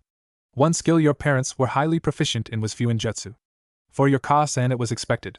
After all, those of Uzumaki descent find themselves predisposed to learning the art, claiming that it comes naturally to them. Your Tsusen, who was not an Uzumaki, was just as proficient. So, who knows, maybe you are too. Would you like to find out? Naruto thought about it. If he was to study, then he would be closer to his parents in some way. That was enough of an excuse for him to give him his answer. Yes. He all but shouted with a vigorous nod. Tsunade began to pet his head. Then we shall get started tomorrow, she tells him with a brilliant smile. Despite Naruto learning about his parents, the day quickly came to a close. He was greatly worn out, falling asleep in Tsunade's arms. If he was awake, he would feel embarrassed from resting his head on Tsunade's bust. In spite of his position, Tsunade carried the sleeping blonde back to the hotel to lay him down to rest. As she carefully placed Naruto in the bed they shared, Tsunade went out of the hotel in a henge to gather the supplies for Naruto to begin learning Fuinjutsu. If he has his parents' skill in the field, he could definitely learn a skill like applying seals with chakra in no time. As she returned to the hotel, she noticed Naruto still asleep in bed, and based on what she could see he had presumably woken up to get ready for bed, while Shizen was coming out of the shower. "Ah, Tsunade-sama," she said in a whisper, "the shower is free and ready for you." Tsunade gave a nod of appreciation and acknowledgement to her apprentice's statement before setting down her recent purchase and heading into the shower. When she came out, Tsunade noticed Shizen and Tantan had taken to their own bed and were breathing softly. She, herself, climbed into bed, though this time she didn't bother to sleep a sheet above Naruto. Stroking his cheek lightly, she was surprised when he rubbed against her hand as a small smile seemed to form as he slept. Smiling lightly, Tsunade wrapped an arm around the boy, pulling him into herself, causing him to snuggle into her. Normally she would beat any man that would try what the sleeping blonde had done, however for him she merely kissed the top of his head before she too fell asleep. As she held him that night, the sensation that Tsunade has been feeling since she has met this boy was becoming stronger. Instead of reminding her of Dan, it was stronger, making her more possessive of the young blonde. The light of the morning sun had shone brightly through the now open window of the hotel room that Tsunade and Shizen were using. The light seemed to be able to find just the right spot to hit Tsunade in her eyes. Tsunade let out a low groan. In a low tone, "Shizen, close the curtain," she said as she attempted to shift away from the light only to feel something sniggling into her as she moved. With one eye cracked open she looked down to a mop of spiky, sun-kissed blonde hair. Recognizing who had this shade of blonde hair, Tsunade brought her head down as if to rub her nose in his soft hair as she maintained her hold on the young blonde, nearly falling back to sleep in the process. Naruto had some light bleeding into the corner of his eyes. Trying to avoid the light and remain asleep, Naruto nestles into his warm pillows, one of which seems to be on top of his head, though he wasn't going to complain if it blocked the light. Whatever he was snuggling into made him feel warm and safe. This is one of the best sleeps he has had in a while, even more so than when he first snuggled into Tsunade. That thought nearly snapped him awake. This feeling, it's like when he snuggled into Tsunade's bosom the first time. If his intuition was correct, his heart began to race at the implications, causing his face to heat up. Apparently, this was not a good thing, as whatever he was up against pulled him closer, presumably for more warmth. With the comforting grip that was around him, Naruto resigned himself to the punishment he was set to receive. It would be around another hour before Shizen would wake both her sensei and their shared pupil. Shizen approached the sleeping blondes. After seeing the two cuddling for 2 weeks now, the sight no longer was surprising to her as the first time she saw it. "Tsunade-sama, Naruto-kun, it's time to wake up. The buffet is closing soon," she told the sleeping blondes. "Ugh, 5 more minutes," Shizen said, Tsunade, sounding like she was nursing a hangover. "Aha," was Naruto's input. Shizen giggled behind her sleeve before she picked up Tantan and used her to nudge the two sleeping blondes. Tantan, getting the hint, used her nose to nudge the two blondes awake. Tsunade was the first awake, and with her jostling Naruto was woken up. The groggy blondes met eye to eye, causing the two to blush, though neither were quick to separate. Giving the younger of the two blondes a head rub, Tsunade sat up with Naruto before encouraging him to get dressed so they could start the day. The three, plus Piglet, arrived at their usual training area, though admittedly later than usual. This was due to two blondes wanting to sleep in, though Shizen couldn't help but feel a little jealous at the budding couple. Alright Naruto, since we are late for our usual training, we are going to be doing things a little differently today. We will be focusing on the manipulation of your chains. From what I remember of your Kasen and my Bachan using them, it was equal parts chakra control, which we have been doing and probably allowed you to spawn them, and concentration to control them. Both Kushina and Mito Bachan could alter their movements so that if an opponent dodged their chains, they could have the chain move to follow them, or even stop them to make sure an ally wouldn't be harmed. Naruto was in awe of his Kachan's skill and his grandaunt's? No matter. To hear their prowess with their chains made him giddy to get started to surpass his family members. Now to start your training, we will have you use 1 to 2 chains at a time, having them move in sync before we have you try to move them independently. The next step will be to have you walk while they are acting, since keeping you stationary will make you a sitting duck. Naruto barely managed to keep his excitement contained. If not for his prior training with Tsunade, he would be shouting and bouncing around until she clobbered him. Now, however, he was giddy to get started without doing something that would make a scene. It was a few hours of training before lunch was called. As per the new norm, Naruto was sitting in Tsunade's lap as the four partook of their lunch. You're doing great with your training, Nara commented Tsunade. Naruto let out a sigh. I guess, but so far, I can only get 2 chains to go in one direction. I can't get them to do separate actions, complained Naruto. Tsunade rubbed Naruto's head to comfort him. Don't worry about that for now. I mean, you were able to use your chains to lift a log and move it to the other side of the river with barely any damage. Not any easy feat for someone who has just unlocked their Kekkei Genkai, praised Tsunade. Naruto's smile came back with her praise. Well, the day's not over. You'll see by the end of the day. I'll be able to have them move separately.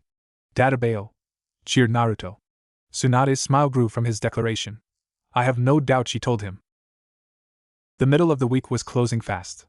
Naruto had kept his word to Tsunade, being able to create 2 chains that were capable of operating independently of each other. This success was met with high praise from both Tsunade and Shizen, while Taunton was clapping for his success. This led to an event that surprised both older women. Swanda-chan, can we go on a date tomorrow? This question shocked both older women, though Tsunade was the most shocked. She hadn't been on a date since her fiancé had passed. Of all things to happen, she certainly hadn't expected Naruto to ask her on one. The feeling she had since she had been near the younger blonde made its presence known once again with this question. She tried her best to deny the feeling, not wanting to be hurt once again. I'm sorry, Naruto, she says weakly, closing her eyes to not see his downcast expression. But I think we should focus on your training. After all, you only have a week and a half until the finals. Shizen, knowing how much this could help her master, especially with all the progress she has been making in improving her emotional health thanks to the young blonde, decided to help. Oh, come now, Tsunade-sama, surely one day of relaxation will do no harm. After all, a day off can do wonders for recovery. Tsunade, now being pressed by her apprentice, was not sure how to handle the situation. While she could continue to deny the request, it would only make her feel more conflicted. Within her were 2 sides, her fears saying that if she put herself out there again that she would be hurt once more, and her heart pushing her to accept someone once more into her life and show her that she can have happiness. As the 2 sides argued within, she could feel herself closing her senses off, not wanting to bear the pain once more. That is until she felt her hand gripping something warm. Looking to her hand, she saw that she had placed her hand once again on Naruto's spiky blonde hair. Despite the argument still raging within, it seemed her unconscious mind made the decision for her, find comfort in the blonde's presence. Tsunade took a deep breath through her nose, preparing herself to give an answer. She thought she would never say yes to anything like this since Dan passed. Alright, Naruto, we can go on a date tomorrow. Naruto was awestruck. This was going to be his first date ever. He had asked out Sakura-chan several times only to be met with denial every time. Now here was this beautiful woman, the most beautiful he had ever seen, agreeing to go on a date with him. For this he did the only thing he could do. He let out a cheer of happiness. YTA! He shouted out with a fist raised in success. His cheer got him a smile from Shizen, who was also happy that her master agreed to the date.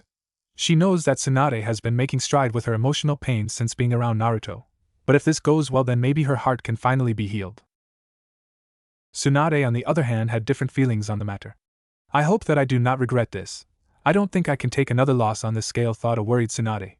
As the day came to a close and the promise of a date to come in the morning, Tsunade had one major thing to iron out with Naruto. Hey, Naruto, called Tsunade, getting the younger blonde's attention.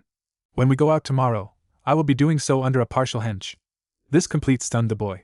He couldn't figure why she would do that. Unless she didn't want to be seen with him. Before these thoughts could take hold, Tsunade explained herself.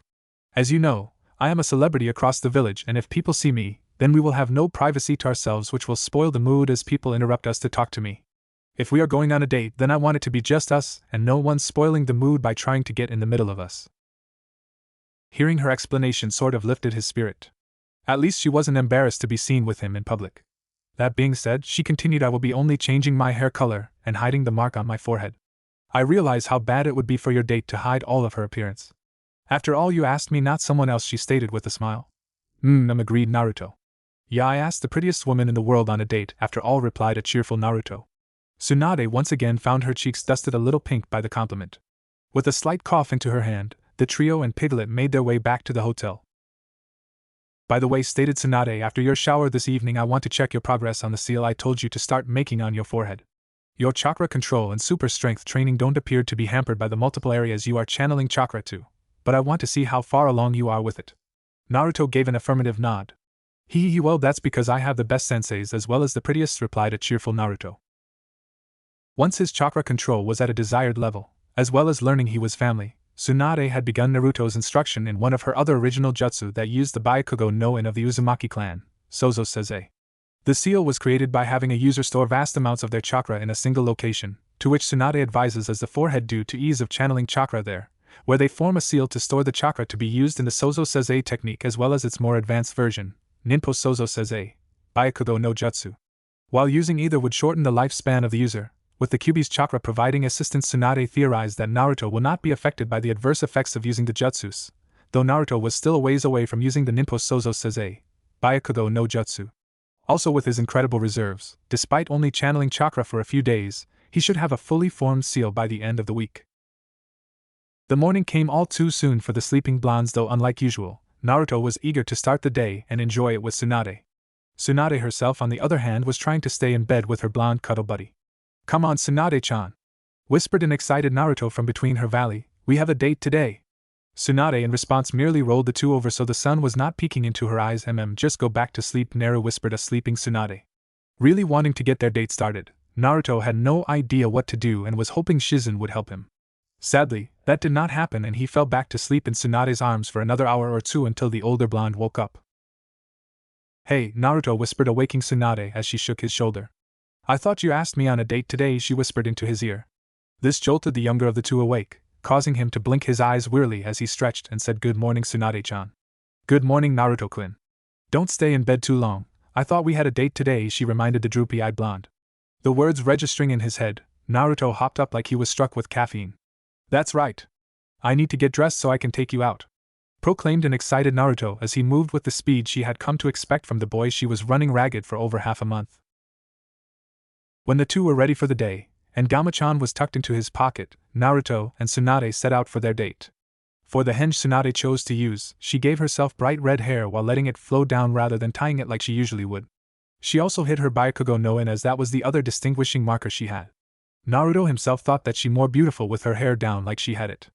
As they reached the streets of Konoha, it was nearing lunchtime, so Naruto decided to take Tsunade to his favorite place to eat. As the two made their way to a Chiraku ramen, some of the citizens they passed were questioning who the red-headed woman was. Naruto in meantime had the largest smile on his face while his hands were folded behind his head. He was happy that he was having his first date, and with someone who showed that they cared about him. Tsunade was a nervous wreck on the inside. She was worried that if she enjoyed her time with Naruto that she would lose another she cares about. When the two reached the small stand, Naruto called out, Hey Ajisen! I hope you kept the ramen warm because I'm looking forward to the food of Kami. Tochi, the owner of the stand, turned to the person who called out to him. When he saw the young blonde he had fed since he was small, he called back to him. Hey Naruto! Where have you been? I was beginning to think you didn't like our ramen anymore.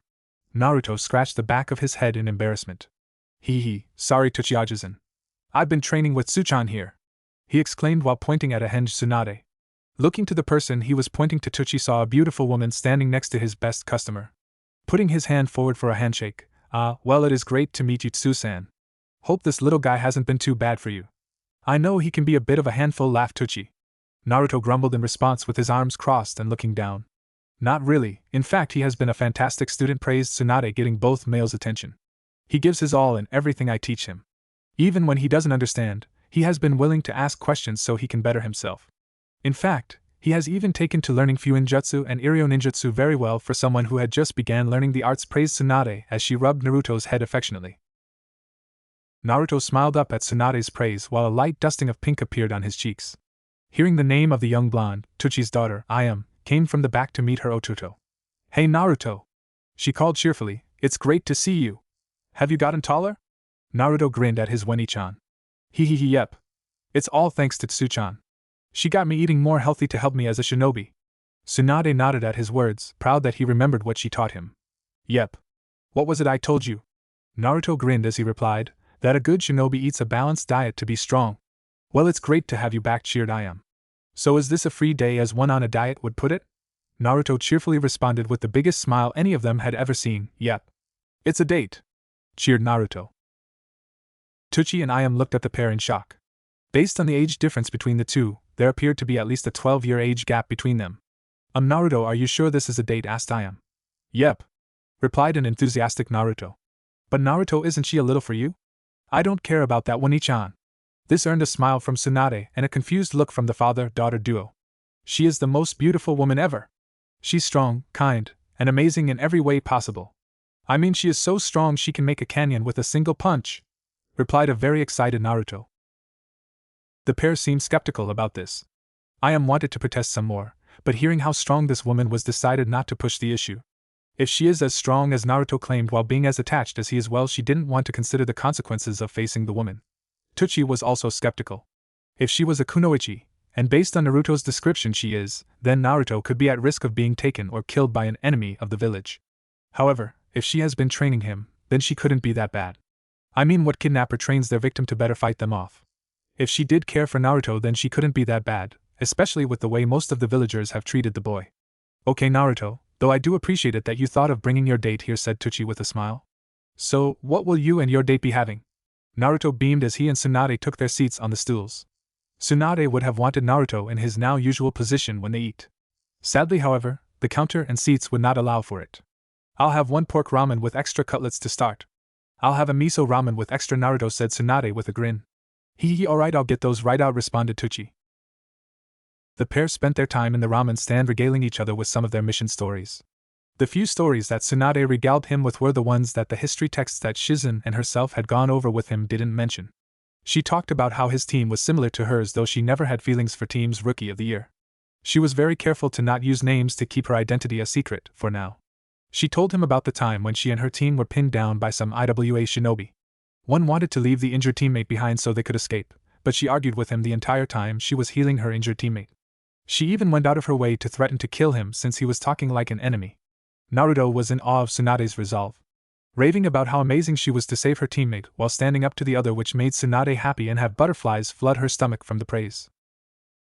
Naruto told her about how he befriended Konohamaru, which got him a punch to the head for making his perverted jutsu, even if she had to admit that it did work.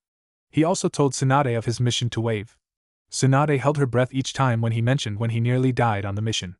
There was the time that he was nearly killed by the Demon Brothers, the time he was punted by Zabuza, and held in Haku's mirrors. Though she did get angry when he told her that it took an A-ranked mission for his team to learn tree walking. She was so mad that she radiated a threatening aura that seemed to scare everyone within 15 meters of her but Naruto. He told her about Inari's rant about how he didn't know about suffering. What really got under his skin was that he spent his time crying rather than pushing forward. Tsunade internally winced at that. She was much the same way before she met Naruto, drowning her sorrows in alcohol and gambling before she met him. He then told her about how he heroically saved Inari and Tsunami from two brutes that tried to kidnap them. Then he told her about the fight on the bridge and how he thought he lost Sasuke. He even told her about how he made his Nindo based on Haku's devotion to his precious person. By the time they finished their stories, Naruto paid the bill and the couple left the restaurant. After their date at Ichiraku, the pair made their way to a spot Tsunade used to visit when she lived in the village. The couple were stopped, however, when a shout was directed toward them. "Hey boss!" Behind them, Konohamaru had called out to Naruto as he and his friends ran up to the two. "Hey boss, who's that?" asked Konohamaru. This said Naruto, pointing to Tsunade as he was cut off by Tsunade. "Hello, I am Mito. It's a pleasure to meet you," she said as she looked down to the three children. So you are this Konohamaru I have heard about from Naruto-kun. The two shinobi looked behind Konohamaru. Hey Kono, who are your friends? Coming back to his senses from looking at Tsunade with a shake of his head, he gave a signal for his friends to introduce themselves. I'm Moegi, the prettiest girl in preschool. Check me out. The other boy went next. I love math. I'm Udan. Despite being known by the two shinobi, Konohamaru continued, the most brilliant shinobi in the village. Konohamaru. In unison they concluded their introduction. Together the three of us are the Konohamaru Corp. They shouted as they took up Super Sentai poses. An awkward moment of silence passed before Moegi broke it when she fully took in the henge Tsunade's appearance. Wow, you're really pretty. This got the girl a smile from Tsunade. Yeah, she is quite big, giggled Konohamaru as his gaze was a little lower than Moegi. Naruto, taking great offense to Konohamaru leering at Tsunade, proceeded to smack him in the back of his head before Tsunade got the chance to beat the growing pervert out of him. Hey! What was that for, boss? You were acting like a pervert towards Mito-chan. Don't do that! He shouted defensively. Why? Is she your girlfriend or something? Tsunade had her eyes closed and a look of annoyance on her face, though there was the slightest hint of pink dusting her cheeks that 3 academy students weren't going to notice, while Naruto scratched the back of his head. Well, we are on a date, he said with a large smile. The 3 gaped in shock. Naruto tried to snap them out of it, but the 3 seemed stunned to the core no matter what he did. With no way of waking the 3 stunned children, he and Tsunade continued on their date. The pair made their way to a spot Tsunade used to visit when she lived in the village. To Naruto's surprise, they were in a lush garden of flowers that rolled over several hills, making the place seem like something of a dream. Come on, Naruto-kun, there is a perfect spot I used to lay and watch the clouds to enjoy the calm, she said as she dragged him along. The two stayed there, laying near ear to ear as they watched the clouds. As the warm sun beat down on the budding couple, the serenity of the moment caused them to fall asleep in the field. It would be a few hours before the couple would awake. As they stretched, Naruto positioned himself to lean against Tsunade's back. Feeling him pressing into her, she placed her hand over his, giving it a light squeeze. They both smiled at the contact. Hey, Naruto. I want to give you a new technique. This is one that me and my teammates are known for, she said as she stood to her feet, bringing Naruto with her. They turned to face each other. Are you talking about summoning? Asked an excited Naruto. Tsunade nodded her head before going through some hand signs and biting her thumb. Once she slammed her hand on the ground, a complicated seal array formed from the point of contact, followed by a puff of smoke.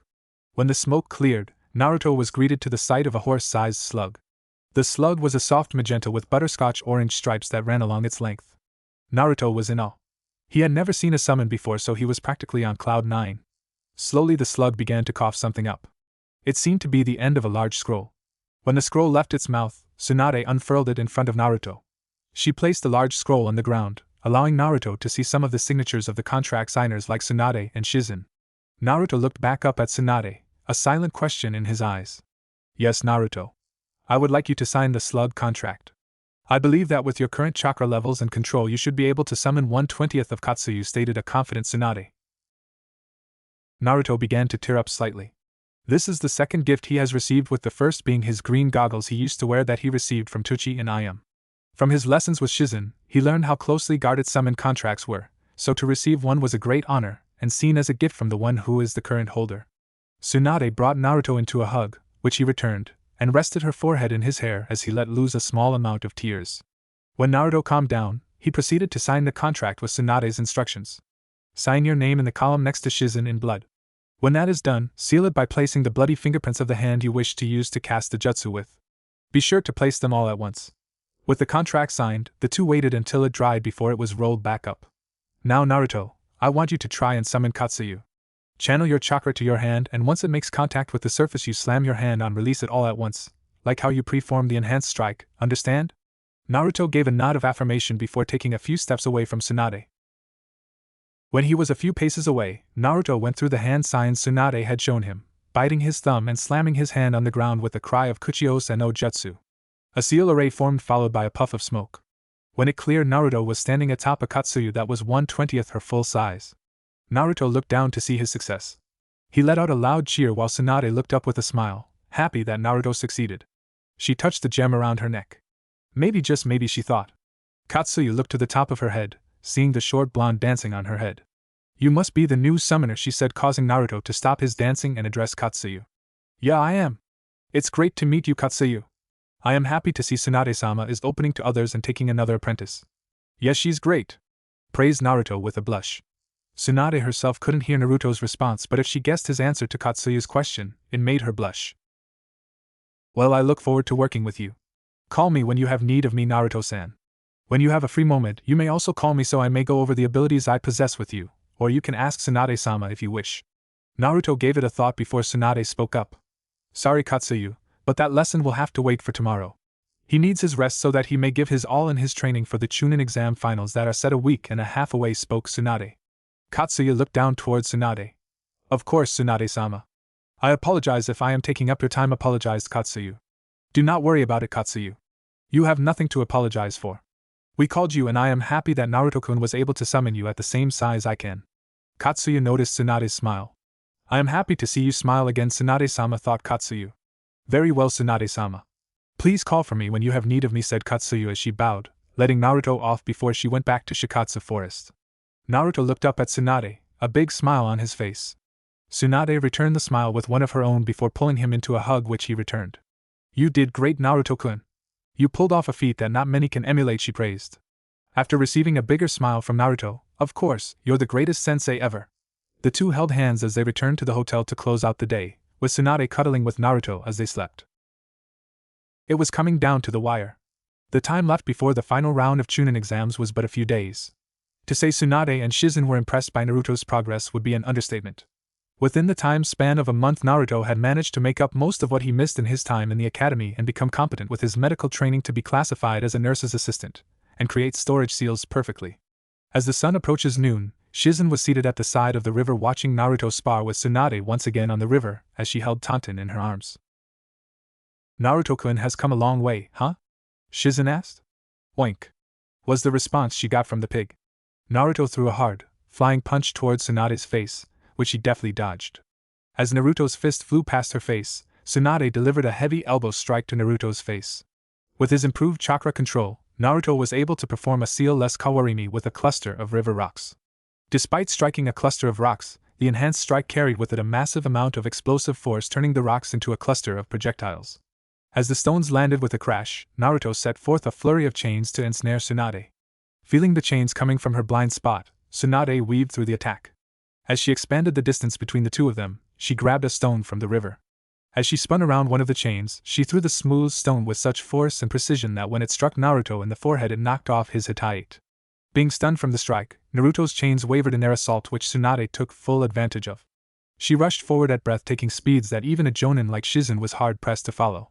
When she came to a stop, her fist was less than a centimeter from Naruto's face as a rush of wind blew past them, throwing up a decent-sized wave and wake in the river. As he saw the fist coming, Naruto closed his eyes in anticipation for the hit that would no doubt send him flying. However, instead of a fist, he felt a light touch on his forehead before he was lightly pushed back. Opening his eyes as he stepped back, Naruto saw Tsunade smirking at him with her right index finger pointed toward him. Placing her hand on her hip, Tsunade began to critique his performance. You did good, though. Why did you use so many chains? She asked with a quirked eyebrow. Rubbing the back of his head sheepishly. Well, I was hoping to overwhelm you before you could retaliate. Letting out a sigh, Tsunade continued, while good in concept, making so many is impractical. You made so many you became a stationary target. As a medic or being a shinobi in general, staying stationary is not a good position to be in. As I showed you just now, a stationary target is a dead target, she reprimanded. Naruto looked down to the river in shame. Before his negative thoughts could rear their ugly heads, Tsunade elaborated further. If you were setting up a barrier or even tying something like a biju down, then it would not have been as bad a decision. However, if you are going to employ such a tactic, you need someone to distract your target for you. If you had used your Kagebunshin as well, then you may have more success, she advised. Taking the suggestion to heart, Naruto kept the strategy in his mind of later use. To continue her critique, she had him take a seat on top of the river.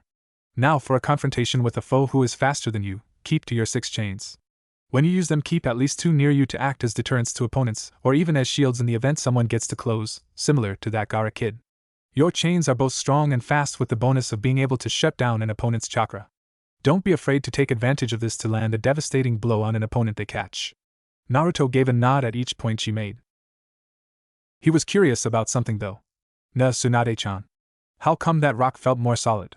I mean, it didn't explode into dust when it hit me? Tsunade gave a smile at that. His eagerness to learn has become more manageable since they have been able to calm the storm that is his chakra. That was elemental manipulation, specifically Doton. I am sure you remember your lecture on nature transformations from Shizun? Naruto gave a nod. Yeah, there are 5 primary and many Kekkei Genkai versions that combine elements for different transformations like Hayatan from Haku, replied Naruto. Very good. Now what I did was a basic elemental transformation where I imbued an object with the chakra of an element, in this case Doton, where the object took on the properties of that element. Like making the rock sturdier. Naruto was in awe at this point. He was really hyped to start this kind of training. Nuh. Tsunade-chan, can I start my elemental manipulation training? Can I? Naruto asked as he was bouncing on the top of the river, causing small waves as he got more excited. Tsunade put a hand on his head to keep him from bouncing. Not today, Naruto-kun, she told him. Naruto looked nearly crestfallen. The finals are less than 2 days away. I told you that today we are going to be sparring and reviewing the skills you have learned this month, while tomorrow is a day of rest and clearing your mind. However, after the exams we can begin your elemental manipulation training, okay? While sad that he can't start his elemental training today, he was more than excited to learn that he can start it after the exams. Thinking about the finals and Tsunade's aversion to being seen, Naruto asked a question. Tsunade-chan? Are you, Shizun-sensei and Tantan going to be there? Tsunade thought about the question. On one hand, she didn't want to stay in Konoha. The scars she has of losing her clan and lover to the wars Konoha was a part of weight on her. On the other hand, her time with Naruto had taken away a lot of this pain. She slept better, did not feel the need to bury herself in her vices, and according to Shizun was smiling more. She knew she couldn't bring Naruto with her if she left. He was also the only biological family she had left. Could she leave that? Shizun herself was curious about the answer to the question. If they stayed, it would mean that they would have a permanent home once again. It could also mean that Tsunade could fully heal the scars that plagued her mind and heart of Konoha. Tsunade came to a conclusion, one marked by a near imperceptible twitch of her lips that Shizun almost missed. That will be something you will have to see, replied Tsunade. Shizun could tell what her answer was from what she saw but chose not to say anything. Naruto though looked a little sad. He was hoping to beat Niji not just to avenge Hinata but to show his Obachan that her time training him was time well spent. Naruto, let's get back to it. We still have a lot of time to practice before we call the day to a close, she reminded. Not wanting to end the day on a sour note, Naruto stood once again, ready to bring his A game when he fights Tsunade. Yeah! Let's go! He shouted as he leapt to his feet. Naruto was nearly dead on his feet. He had been sparring with Tsunade nearly all day, and she wasn't taking it easy on him. Every time he made a move, she made sure to point out the holes in his guard while leveling devastating strikes at him that shook the ground with each blow. He wasn't entirely helpless, however. He took her suggestion about using his chains with his Kaga Bunshins into account, employing that strategy whenever he used more than 6 chains. At one point she did a henge when the area was covered in smoke. Not knowing who to strike allowed Tsunade to dispel the Bunshins all at once by washing the clones away with a Swait and Jutsu. When they talked after the Jutsu subsided, she told him, when you find yourself in a situation where you cannot locate your enemy, don't be afraid to utilize your sensory ability. We trained it well, so use it if you need to. Naruto had complained for a while after that one, berating himself for not using a skill that they found that could literally allow him to see individuals by their chakra, showing him a person's shape based on what their chakra showed him. He could even feel the overall personality of a person when using it as well as where they are molding their chakra. Once he was done smacking his forehead, they had gotten back to it. With the last of his strength, Naruto charged Tsunade, channeling the last of his chakra to his feet for a strong push to fly at her. Tsunade was not surprised by this move. She had seen him do it a few times before, so she prepared herself. Instead of launching a punch, Naruto threw an upward kick. Though surprised, Tsunade reacted quickly by blocking low before forcing his foot down to the water. She followed up with a quick finger strike to his forehead, knocking his Hittite off once again. As tired as he was, he could only brace himself for the incoming strike. Instead of being struck, he felt something being placed around his neck. Opening his eyes, he saw Tsunade bent down in front of him, bringing the two face to face. She gave him a heartfelt smile before placing a hand over his chest. It was then he felt something hard being pressed on his chest. Before he could look down, Tsunade spoke to him. Remember this, Naruto, I am trusting you with this. I believe in you, she told him. Naruto looked at her with wide eyes, but she wasn't done talking. You are a fine man. I'm sure you will be a great Hokage too. With that she grabbed his chin with her index and thumb, pulling his face up a bit. The next thing to happen left him, Tantan, and Shizun gobsmacked. She pulled him into a kiss. The Chunin exam stadium was alive with activity. Over the month-long break, respected individuals and civilians alike gathered in Konoha to watch the final tournament. The arena was a barren landscape made up of grass and dirt with a few trees in a single location along the wall that encircled the arena. The watchers placed bets on the participants, hoping to make some money from these exams. Across the stadium, thunderous applause went out to the participants.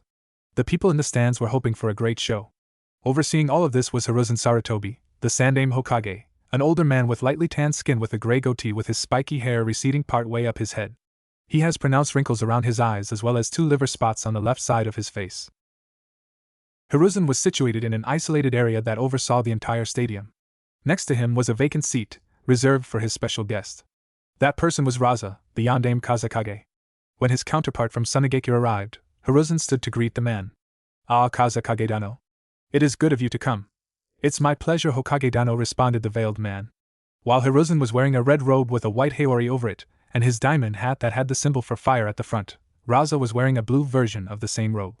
Raza also wore a veil that covered everything below his eyes to mask his face. He was accompanied by 2 guards, both dressed in long, sandy brown ponchos with hoods that obscure their faces and bodies. After they exchanged pleasantries, both men took their respective seats with the guards of both kages taking positions behind their leaders' seats. "You must be tired from your long journey," stated Hiruzen. "Oh no, I'm happy to make the trip." "Of course you're still hale and hearty, but the voyage might have been a bit harder on you, Hokage-dano. Perhaps you ought to choose a successor soon," responded the Kazekage. "Ha ha, well, don't bury me yet. I hope to continue for another 5 years at least," replied the aged leader. The Kazekage made no mention or motion toward the Hokage's Jonin bodyguard as the man was giving the Suna leader a sidelong glance that seemed to be sending kunai at the man for his disrespectful statement towards the Hokage.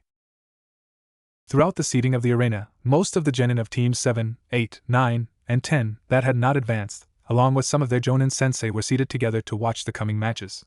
The most active of these spectators was the one member of Team 7 that didn't advance, Sakura Harino, teammate of Naruto and Sasuke. Sakura is a fair-skinned girl, who is the same age as Naruto, who has light green eyes and pink hair reminiscent of her name Sake. She was wearing a red chipao dress, which has slits running up both sides of the dress, which has a zipper going up the center to her left hip with white embroidery along the length, and the sleeves along with a white liner. On the sleeves and the bottom front and back of the dress are white circles. Underneath she was wearing knee-length, dark green biking shorts. On her right thigh she had her kunai holster while her utility pouch was over the back of the right side of her hip. She was wearing blue shinobi sandals. She was a nervous wreck. One of her teammates and sensei have yet to arrive while her other teammate, Naruto, was going to fight someone who showed they would have no regrets if they killed a comrade. She must have been wearing her worry on her face as her best friend spoke up. "Chill out, forehead. Sasuke-kun will be here on time," said her best friend, Ino Yamanaka. Ino was also a fair-skinned girl that was the same height as Sakura. She has pupilless, sky-blue eyes and platinum blonde hair with a long bang that fell over her right eye while the rest was tied into a light yellow bun holder. She was wearing a burnt orange shirt with a thick black stripe that ran from the collar to the sleeve over the shoulder with forest green shorts along with blue shinobi sandals. "I know Sasuke-kun will be here. I'm worried if he will be here on time. Kakashi-sensei has a habit of arriving late, and I'm worried he will make Sasuke-kun late." Hearing this, Ino and the other genin grew a little concerned as well. While they weren't as equally concerned as the 2 girls, none of them wanted to see a comrade be punished for someone else's actions. The Jonin, on the other hand, were not surprised to hear this. Having worked with Kakashi before, they knew of his tardy habits and were hoping he would not make one of his students late, as well not miss his other students' match. Down in the arena, however, were the remaining participants. Among them was Naruto. All of the remaining participants were standing in a line with the proctor of this portion of the exam, Genma Shiranui, standing in front of them with everyone facing the kage box. Has shoulder-length brown hair tied out of his eyes by his bandana-style hitaite, which was reversed for the knot to be on his forehead. He wore the standard Jonin outfit made up of dark blue turtleneck with matching pants. On the shoulders of his shirt were the red spirals of the Uzumaki clan. He had bandages wrapped around his ankles and lower shin, as well as the green flak jacket of his rank. Genma carried a samban in his mouth with a utility pouch on the back right of his hip with a shuriken holster on his right leg. Though Naruto should have been facing forward, he was discreetly looking around trying to see if he could spot Sasuke, Kakashi, Tsunade, or Shizen. He would use his sensory ability, however it required him to close his eyes. If he looked like he was sleeping during such an important event, it could get him in trouble with the exam board, then he wouldn't make Chunin and he would let down Tsuchan and Shizen. What he didn't know was in the stands were the very individuals he was looking for, though they were under a henge. Tsunade wore the henge she used when she and Naruto went on their date, Shizen had changed to look like a brown-haired woman with narrow eyes, and Tantan was henged to look like a black pig versus her normal pink self. They were looking down in the arena, their eyes on the young blonde. He seems to be searching for someone, commented a nearly giggling Shizun while holding a smiling Taunton. Tsunade, with a light dusting of pink on her cheeks, said he shouldn't be worried about that. He should be focused on the upcoming match. Oh, but Mito-san, he has a great bit of care for the person he is searching for. Maybe he wants them to see his win with all the training he has gone through, teased the giggling Shizun. By this point Mito's eyebrow was twitching. Ever since she gave Naruto that kiss, Kato had been going on and on about how much happier she was and how much more lively she had been acting. Not being able to take it, Mito pulled out a container of sake to ignore her friend's taunting. Mito-san. You are drinking again. Shut up. This is happy drinking, not depressed drinking, she claimed, trying to justify picking up the bottle once again. While not entirely wrong, she was drinking again as a result of the joy she felt with being around Naruto. In fact, the last night before the finals, Tsunade had gotten drunk and became a lot more clingy to the younger blonde, to the point she walked with him around their room like she was a little girl holding her teddy bear by the waist. Right now, however, she just wanted to not be teased for attempting to surprise Naruto here with her presence in the stands of the arena. It would be another 5 minutes before the Hokage would make his announcement. Well then, we ought to begin, stated Hiruzen. Standing from his seat, Hiruzen made his way to the balcony of the Kage booth to address the crowd. Clearing his throat, he began his speech. Ladies, gentlemen, and esteemed guests, welcome and heartfelt thanks to you all for gathering here in Konohagakure for the Chunin selection exams. We will now begin the matches of the final event between the 8 candidates who advanced in the preliminaries. Please sit back and enjoy. The crowd erupted into thunderous cheers and applause as the Hokage returned to his seat. Once he took his seat, the Kazekage asked, 8 candidates? You seem to be missing one. Hiruzen chose not to answer the other Kage, instead focusing on the arena. With the announcement concluded, Genma turned to address the participants. Alright, there have been some minor changes, so listen up. Genma brought out a piece of paper from his equipment pouch. I am showing you the matches once more so there is no confusion on who your opponent is. To the surprise of everyone, though few showed it, the brackets had a minor change. I was down for an extra match. Did that Dosugai withdraw? Questioned Shikamaru. Worried for his teammate, Naruto decided to ask a question. Raising his hand, he asked the proctor, Hey. Sasuke's not here yet, so what's gonna happen? As he put the paper away, Genma answered him. If he doesn't arrive on time by the start of his match, he'll lose by forfeit. The answer shocked Naruto. Now he was really hoping that his teammate got to the arena and quickly. Alright, can Naruto Uzumaki and Niji Hyuga remain for the first match while the rest of you go to the participants' box, ordered Genma. Niji was a fair-skinned boy who was a year older than Naruto. He has long black hair tied into a low ponytail. He was wearing a beige-colored shirt, layered over a dull blue shirt and mesh armor. He was wearing dark brown shorts with blue shinobi sandals. He had bandages wrapped around his right arm, leg, and head. His hataite was on a black cloth that had 2 straps that framed his face. His most standout feature was Byakugan, which are pupilless white eyes. When the rest of the contestants left, Niji began to taunt Naruto. With an arrogant smirk, Niji asked, You got something to say? With determination schooling his features, Naruto responded. I've said this once before. He raised his fist, like how he did when he swore on Hinata's blood. I vow to win. Niji scoffed at Naruto's declaration. Ho good. It's more fun that you didn't surrender. I can't wait to see the despair in your eyes when the truth of fate finally dawns on you. At this, Naruto's anger rose. If you're so confident in that, then I have a bet for you. This intrigued Niji and Genma. Motioning with his hand, Niji urged him to continue. If you're so confident, then I bet I can beat you in one punch. If you can take it, then you can hit me. I won't block it or dodge. So, what do you say? TCH. Fine, I'll humor you. Proctor, start the match. I wish to show this nobody what fate has decreed. With a sigh, and a wish of luck to the orange-clad blonde, Genma prepared to start the match. Back in the stands, Hayashi Hyuga, uncle to Niji and father to Hinata and Hanabi, addressed his youngest. Watch closely, Hanabi. The Hyuga blood flows thicker in his veins than anyone else's. Yes, father. Hayashi has tan skin along with long black hair that falls to his upper back with the white pupilless eyes of the Byakugan. He was wearing traditional, loose-fitting robes with a long-sleeved, brown haori. Hanabi is a young girl with the same skin tone as her father.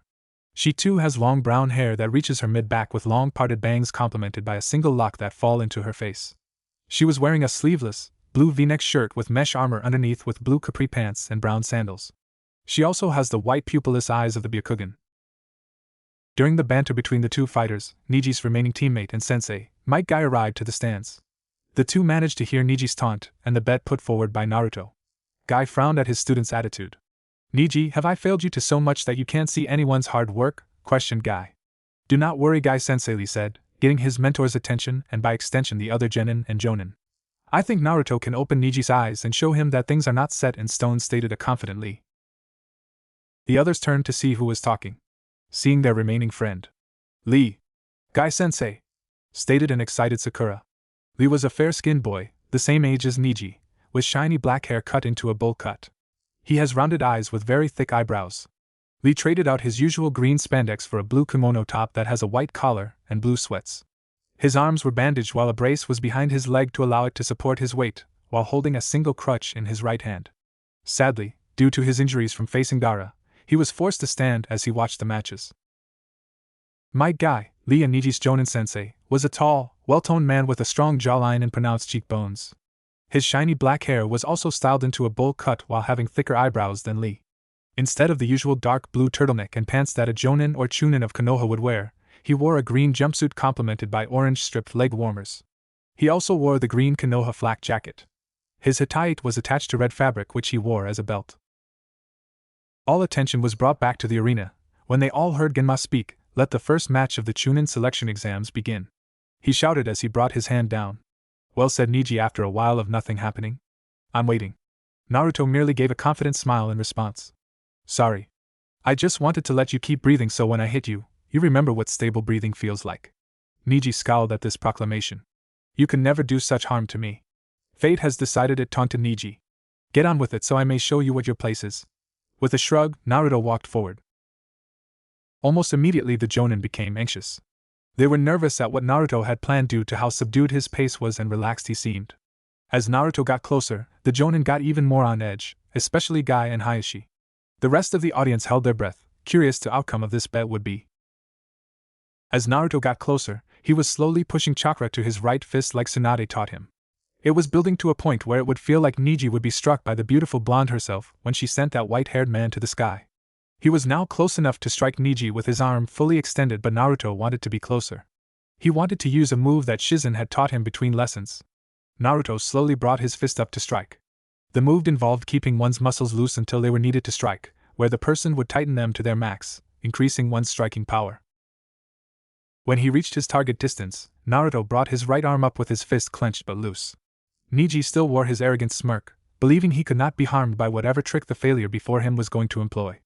As Naruto sent his fist forward, the Jonin and Kage in the arena sensed the danger that his attack posed to the arrogant Hyuga. With speed befitting their station as Jonin, Guy, Asuma, Kurenai, Genma, Hayashi and Ensui Nara sprang into action. Genma carried Niji out of the path of the strike. Asuma, in a shoulder tackle position, was rammed into Naruto with his shoulder buried in the blonde's diaphragm while Kurenai was on his back with her right index and middle fingers pointed outward making contact with Naruto's forehead, and her left in a half-ram seal. Guy wrapped his arms around Naruto's left shoulder and his chest. Ensui, while at a good distance, used his clan's Kagemain no Jutsu to further restrain Naruto's movements. Hayashi had grabbed onto Naruto's right wrist with his left hand and using his masterful chakra control, brought Naruto's chakra through his own chakra network before stretching out his right index and middle fingers out, in a position reminiscent of a forward lunge, and discharging the channeled chakra into the air, inadvertently forming a pressurized projectile that nearly destroyed the wall he was pointing at. Hayashi would not show or admit it, but he was in intense pain as his chakra coils were stretched and strained to funnel the chakra Naruto had channeled into his fist through his own coils to render the attack inert. The action he performed was to take another person's chakra, channel it into their own coils using their own chakra as a means to guide the foreign chakra, then discharge it through a different tenketsu. This is a technique that only the most skilled of the Hyuga could use, as any mistake could permanently scar the Hyuga's chakra network. Or if channeling as much chakra as Naruto put into his attack, could rupture their chakra coils. Most of the audience was left stunned by this outcome as well as Niji himself, save two and a piglet. Naruto on the other hand had the biggest smile ever seen in Konoha. The Jonin restraining him were all glaring daggers at the bound blonde. That was rather dangerous, Gaki chastised Asuma. I would prefer it if you didn't kill my student Naruto-san, stated Guy. Naruto used his eyes to look the Jonin he could see, taking in their heated expressions, smiling all the while he was restrained, as if what they were doing was of no concern to him. Just then, a woman with red hair and the largest bust many of the men had ever seen dropped into the arena. Hey Naruto-kun! That was an impressive match. Hearing who it was that called out to him, Naruto further surprised the Jonin. The next thing any of them knew, they were no longer holding him. Instead, he was happily jogging over to the mysterious redhead. Tsu-chan! He proclaimed, excitedly jumped into her arms where he was wrapped up in a hug. Any Tsu-chan! Did you see? I won! Yes, I did, Nara. That was amazing! Naruto gave a wide smile to the woman. Sakura and the other genin were in shock. Not only did the Jonin interfere in the match by holding Naruto back from striking Neji, but the proctor moved Neji out of the direct path of Naruto's strike. Now Naruto was hugging some redhead in the center of the arena. Who is that? Asked a surprised Sakura. I don't know. I've never seen her before, but whoever she is, she certainly is beautiful, replied Ino. Hinata was in shock. Naruto was hugging an older woman affectionately. For all the time she has followed him around, she had never seen him associate with such a person. Hiruzen was also shocked. Not only had Naruto won due to Genma and the other Jonins interfering, but he was also hugging a woman he doesn't recall him interacting with or mentioning before. This disturbed him. He needed to find out who she was immediately after the tournament concluded. Now let's go, Tsu-chan, I want to see the other matches, said an excited Naruto as he began to pull Tsunade along, who just went with it as she smiled down at him. Wait! Where do you think you are going? Our match isn't over, shouted Neji as he pushed past Genma. Naruto looked back at him confused. Yeah, it is. When all those guys had to save you from my attack, he pointed at the group of Jonin in the arena, you lost. Especially since the proctor and your sensei are part of the group, replied Naruto. Neji was seething in anger. Fate said he would win? He was to be victorious, and now this nobody was claiming he lost. Absurd. As Naruto spoke, Genma was reminded of his duties. Due to interference and the sapphire for a competitor, the winner of the first match of the first round is Naruto Uzumaki, shouted Genma. The audience was left speechless. No one save the more skilled Chunin and Jonin knew what Naruto was about to do, so they weren't surprised by the outcome. The rest of the audience, however, he won? Shouted Sakura. With her declaration, the audience clapped, though they were hoping for a more exciting match. You know, something with action. All they got was the Hyuga clan head doing something resulting in a crater in the arena wall. Only one person in the audience was cheering wildly for the victor, a brown-haired woman with a pet pig, who said Victor acknowledged with a wave and a large smile, while his other hand still held Tsunade's. Back in the stands and nowhere to sit, while with Tsunade and Shizen, Naruto sat in a place that he typically did when the group at lunch, Tsunade's lap. While there, he received congratulations from the three, getting a standing ovation from Tantan, and head pats from the two women where he smiled happily at the affection. Down below in the arena, Genma was preparing for the next match, Sasuke Uchiha vs. Gaara. Your attention please. We will be beginning the second match of the first round. Will Sasuke Uchiha and Gaara of Suna please come down to the arena? Gaara is a fair-skinned boy with green eyes surrounded by thick black rings, which many believe to be a symptom of insomnia. He has spiky, short auburn hair that is parted to the right with a tattoo for the kanji of love on the left side of his forehead. He was wearing a black bodysuit with a low-cut neckline, and short sleeves and full-length legs. He has wrappings around his ankles and lower shins. From his sleeves appear to be mesh sleeves that extend almost to his elbows. He wore a white cloth over his right shoulder to the left side of his hips, accompanied by a wide leather band from his left shoulder to his right hip, which he uses to carry his sand gourd and around. He has his hitayate wrapped around the lower side of the leather band and black shinobi sandals with a piece that goes between his big and index toes, a staple of Suna shinobi. Once the announcement was over, Naruto had to ask, Namito-chan, Kato-chan, did you enjoy my match? Asked an excited Naruto. Before Tsunade could answer, Shizen answered first. We sure did, Nara-chan. In fact, Mito-chan here made quite the sizable amount of money from your win, giggled Shizen. Naruto attempted to turn around and face Tsunade. However, he was unable to as she buried herself in his hair to hide her embarrassment. Mito-chan, you bet on me? Asked a surprised Naruto. Tsunade chose not to answer, instead nodding her head in his hair. Naruto was happy and showed it by hugging Tsunade's arms. Thanks, Mito-chan. I am happy that you have so much confidence in me. That sentence caused Tsunade to snap her head up. Of course I have confidence in you. Remember what I told you when I gave you that necklace? Naruto thought back to words Tsunade told him when he got the Shodai's necklace. Remember this, Naruto, I am trusting you with this. I believe in you. You are a fine man. I'm sure you will be a great Hokage too. With those words, Naruto leaned back into Tsunade, who took a quick swig of sake before resting her chin on Naruto's head to watch the remaining matches. The rookies all were looking for Naruto. They were unsure where he was sitting after he left the arena with that red-headed woman. Neji had also joined the genin. After his loss against Naruto, he was seething. He couldn't understand how he had lost to a nobody like Naruto, so everyone decided to give him space to cool down. Sakura's attention was pulled in two different directions. She was looking around the stadium, from her seat, for Naruto and looking down to the arena for Sasuke's arrival. As the seconds ticked by, her nervousness grew while the audience was going from excited to see the next match to getting annoyed with the delay. It wasn't long before the crowd started voicing this opinion of the delay, rather heatedly. Hiruzen let out a sigh. It would seem he would need to disqualify Sasuke for his tardiness, and reprimand Kakashi for allowing him to be late for such an event. Ho, the crowd is astir, commented the Kazekage. Yes, the previous match had an interesting outcome, replied the Hokage. Here the Kazekage rebuked the professor's claim. No. I believe their excitement more for anticipation of the next match. For all of the curious shinobi, daimyo and wealthy individuals, no other match today has more eagerness for it. A majority of the shinobi, daimyo, and wealthy individuals here, including myself, have come here almost solely to observe this match. Hiruzen gave the Kazekage's words some thought. On one hand, he was correct. Many people, including high-ranking individuals, had appeared to watch the last Uchiha fight in this tournament. On the other hand, it would also send a message that one was allowed special treatment if their name was big enough. It could also reflect poorly for all his shinobi, as the saying goes, it only takes one to ruin it for everyone. Needing an answer to tell Genma on how to proceed, the Hokage's guard leaned into Hiruzen's ear to ask. Hokage-sama, what should we do? Do I tell Genma to disqualify the Uchiha? Letting out a sigh, Hiruzen caved to the Kazekage's hidden suggestion. Postpone Sasuke's match. Have his match be the final one of the round. Accepting the decision, though with disdain for the favoritism of the Uchiha, the Hokage's guard shined into the arena to let Genma know of the Hokage's decision. Everyone. Due to one of the contenders of this match having not arrived yet, this match will be postponed and we will proceed with the next scheduled match, proclaimed Genma. In the stands, Tsunade frowned at the decision. It was disgraceful for a shinobi to be late when they are on a time-sensitive mission unless they are held up for valid reasons. This is not an instance where that excuse should fly. The boy had over a month to be ready for this event, and he is late. He even had the time of Naruto-kun's match to arrive, and he still is not here? Tsunade's temper began to flare. If any other participant was late, what would be the odds that their match would be pushed back to allow them to participate? Naruto felt a pressure build up in his abdominal region. It was soon followed by the feeling of Tsunade's jaw tightening, which he felt on the top of his head.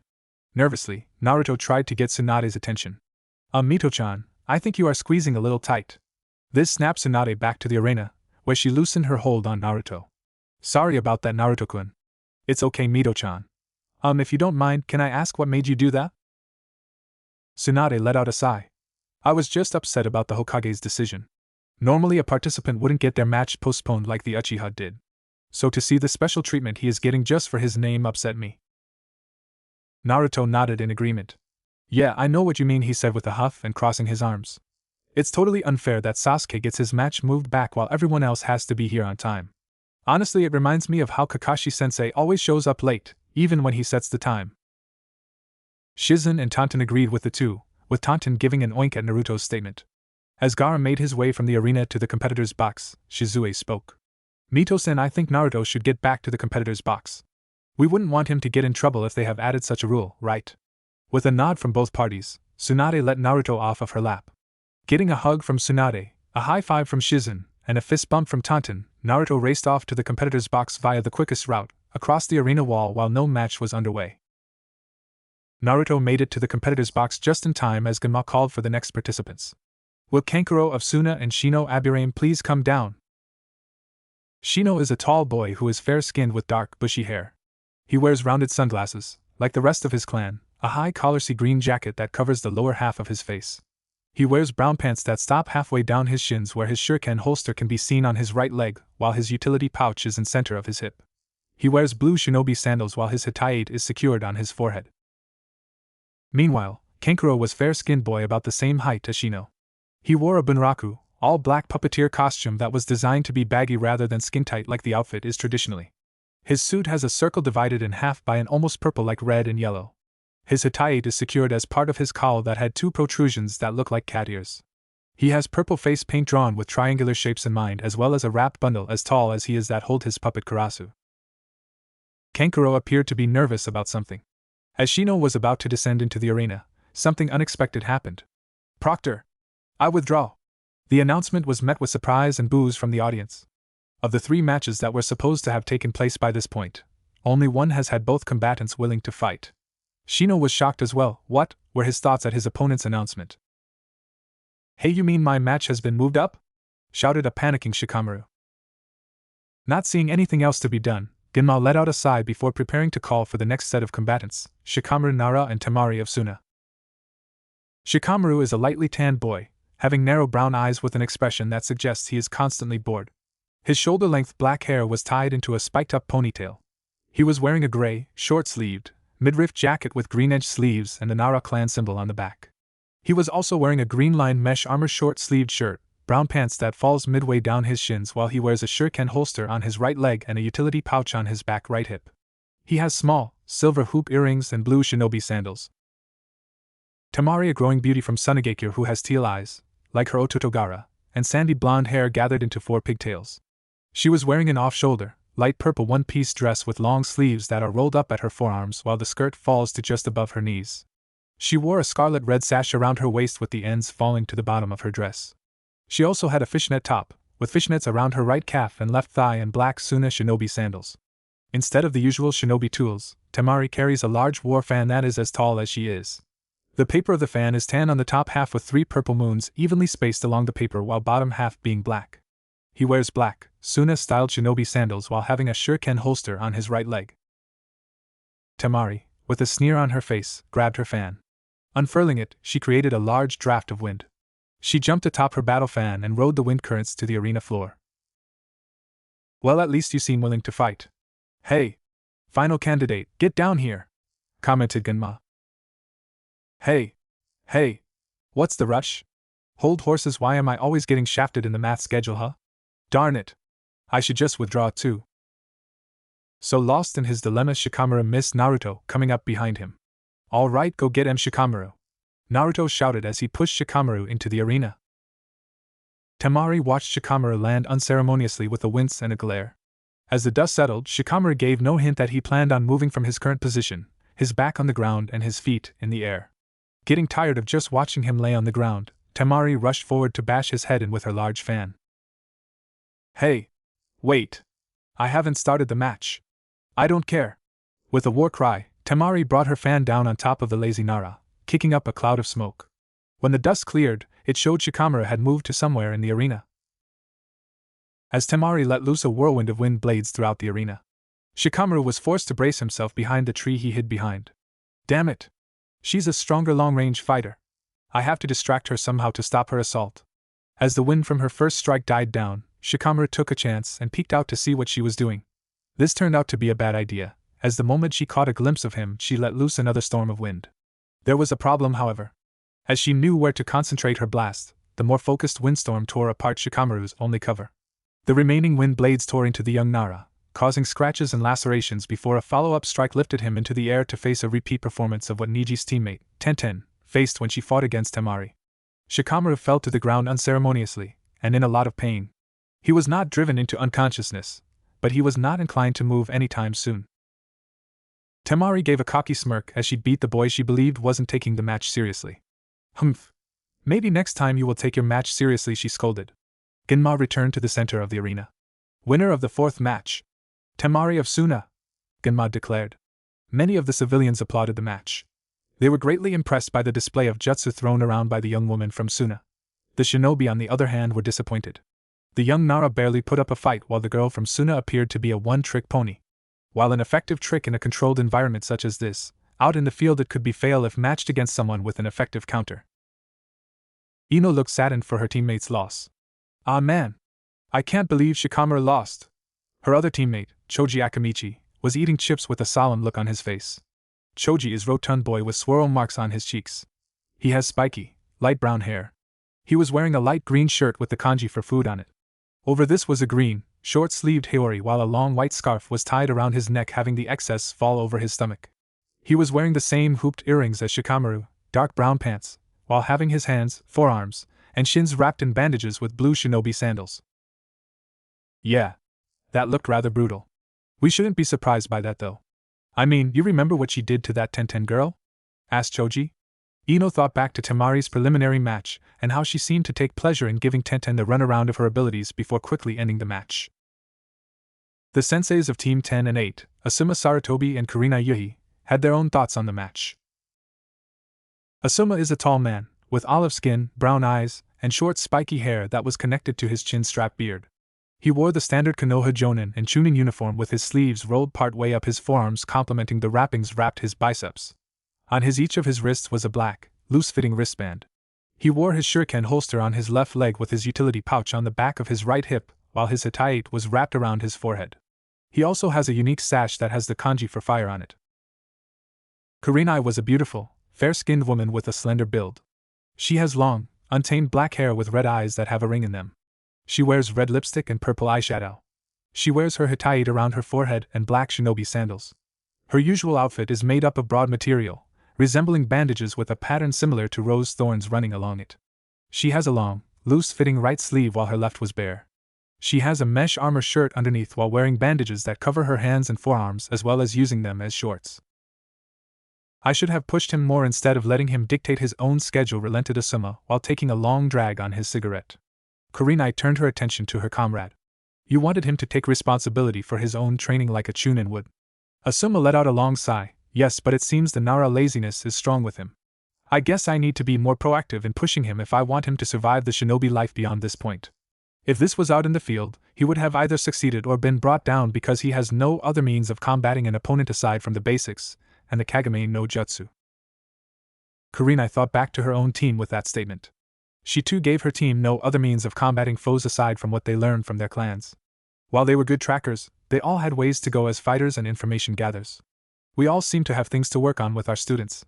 Some of us, however, have to work on our own habits. Her remark was aimed towards Kakashi missing one of his students' matches and having his other be tardy for his match. Back in the contestants' box, Kankuro had some comments of his own. TCH, how weak are you, Konoha Shinobi? I mean, a Konoha Shinobi has lost almost every round, he said with a smirk. Naruto turned quickly towards the Suna Shinobi. Hey! Watch your mouth. You surrendered the first chance you got. So I don't want to hear anything out of you. Humph, was Kankuro's retort as he crossed his arms. That doesn't mean anything. I won if I'd have fought. At this comment, Shino decided to speak up. That is a bold claim. Why? You seem to be overconfident in your puppet's abilities. Your Ototo and Ain may be strong, but you seem to be the most limited in terms of tricks and combative prowess. Your Ain seems to capable of using her fan in taijutsu, while you seem to be unable to say the same. Before their argument could get any more heated, Genma's announcement rang out. Genma let out a sigh. It seems that these matches are going to be rather short for such an event. He let 5 more minutes pass to allow people to collect their winnings before calling the next match. Will Sasuke Uchiha and Gaara of Suna please come down? The crowd's excitement for the match of the last Uchiha now rang throughout the stadium. Many a gambler placed large bets on this match, with some changing their bets due to the Uchiha's no-show when he was originally set to fight. As the crowd's anticipation grew, so too did their impatience.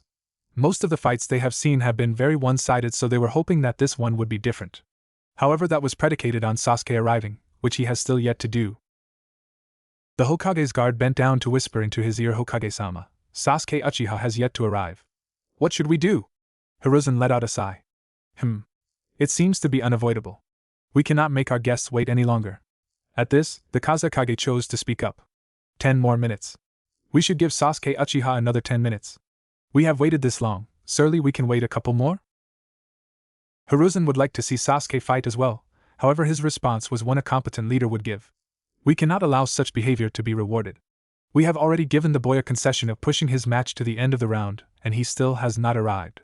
It is not fair to our audience and the other competitors that such accommodations were made in the first place.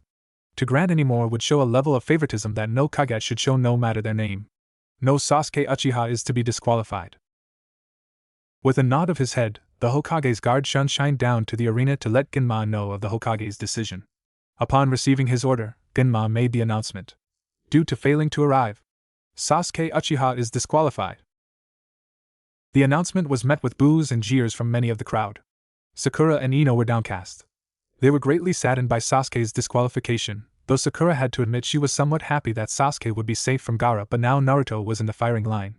Ah man, I can't believe that Sasuke-kun got disqualified, whined Ino. A storm cloud had formed over Sakura as she held her knees close to her chest. This exam has been a roller coaster. First Naruto meets some red-headed woman, and now Sasuke has been disqualified. The Jonin on the other hand let out a collective sigh. I can't believe Kakashi got one of his students disqualified, stated Asuma. It appears that Kakashi's past has affected him more than I thought, whispered Guy. Gaara was greatly disappointed. He was looking forward to taking Sasuke's blood and giving to his mother. Anger marred his features as he was not allowed to collect worthy blood. Genma raised his hand to begin the preparations for the second round. Everyone! The second round of the Chunin selection exams is about to begin. For the first round, will Naruto Uzumaki and Gaara of Suna please come down? As the fighters made their way down, Naruto over the side and Gaara by stairs, people scrambled to place their bets. One red-headed woman had an easier time placing her bet. She seemed to be able to move fully grown adults with ease to the point where she got to the front of the line in seconds. She slammed her money down on the counter, 50 million ryo on Naruto. The man at the counter was surprised by her bet, but then again, she made a similar bet for the boys' first match and won back almost triple her money. Maybe she would get lucky again. With a nod of his head, he left to print her ticket. While he was gone, some people were talking poorly about the blonde. Come on, that much on that boy. He probably just got lucky during his fight with the Hyuga. The redhead turned on those speaking with a fire in her eyes. Luck had nothing to do with it. That boy is strong, that is why all those Jonin were forced to interfere. You'll see it again in this round, she stated confidently. Before the men could retort, she was presented her ticket. As she made her way back to her seat, she gave the men a light shove, resulting in them being rocketed into the wall. People immediately got out of the way of the scary woman as she walked past. She arrived back to her seat as Gaara took his place across from Naruto. In the arena, Naruto was remembering his lessons from Shizen-san and Tsuchan. Remember, Naruto, in a fight against an opponent of equal or greater strength, it is important to end the fight quickly. Especially if you have a skill that is a direct counter to theirs. Why? Most times if someone is stronger than their opponent, they will underestimate them and not take them seriously. Use that to your advantage and end it fast before they realize how much of a threat you are. This plays into your medical training. Here Naruto seemed to think. It's because as a medic, I will need to attend to the squad as quickly as possible when the danger is either being taken care of or has passed. Tsunade gave a nod of approval. Yes. As a medic, your first duty is to your personal safety, to make sure that your squad can be cared for, and in the event a member of your team is injured, it is your job to make sure they are not in danger from their wounds. Naruto nodded in understanding as their taijutsu lessons resumed. From the rings around his eyes and the control over sand, he must be the container for Shikaka, thought Naruto. Here, his lessons with Shizen came to the forefront when she talked about the Biju. Now Naruto-kun, we will be talking about the Biju, like the Kyubi. Here one of the Naruto Bunshins raised their hand. Shizen-san, are you saying there are more than the Kyubi? Shizen answered his question with a smile and a nod. There are in fact 9, and their hosts, like you here. She pointed at each of the Bunshins, and they are called Jinchuriki. Some of the Bunshins gestured to where their seal was. Each of these creatures are known as Biju, and they all reside in the major villages while one is in a minor village. Now Tsunade holds the Ichibi no Shikaku. Its abilities revolve around the manipulation of sand to such a degree that even individual grains can be manipulated to act as weapons. Its hosts are often known to have dark rings that encircle their eyes. It is speculated that this is either a trait of being its host, as the Biju are known to provide their hosts with attributes of the animals they are, or due to a lack of sleep, as Tsunade has very few who are knowledgeable in few in jutsu. This has led to the hosts being unable to sleep, as their relaxed will allows the Biju to manifest itself and go on a rampage. Gaara has the signs that Shizen-san had gone over. Does that mean he is like me? Questioned Naruto. His mood seemed to be telegraphed on his face as Gaara had asked, what troubles you, Uzumaki? Don't let that hold you back. Your blood will be used to make up for what I could not get from Sasuke Uchiha. If he arrives, I will feed his blood to mother. Genma immediately went on guard from what the boy just said, as well as the crazed look that took over in the boy's eyes. Naruto scowled at this. Oh yeah? Well, bring it on, replied Naruto. I won't let you hurt my friends. And if you think you can, I'll pound you into the dirt. Even if we are the same, I won't let you hurt those precious to me, thought Naruto. As the banter died down, Genma looked at the two genin to make sure the pre-fight banter has concluded. Seeing that it was, he raised his hand. The battle between Naruto Uzumaki and Gaara of Suna will now begin, he shouted as he brought his hand down and jumping back. The match started really slow, with the only thing of note happening was Gaara slowly letting his sand out of his gourd and onto the arena floor.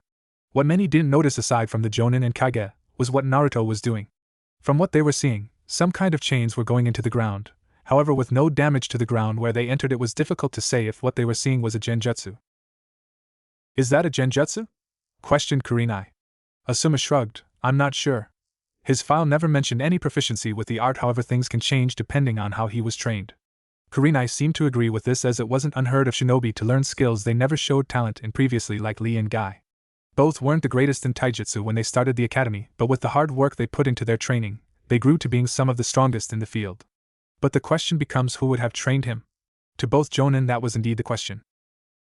In the kage box, both were surprised. When did he manifest those chains? Questioned the Sandame.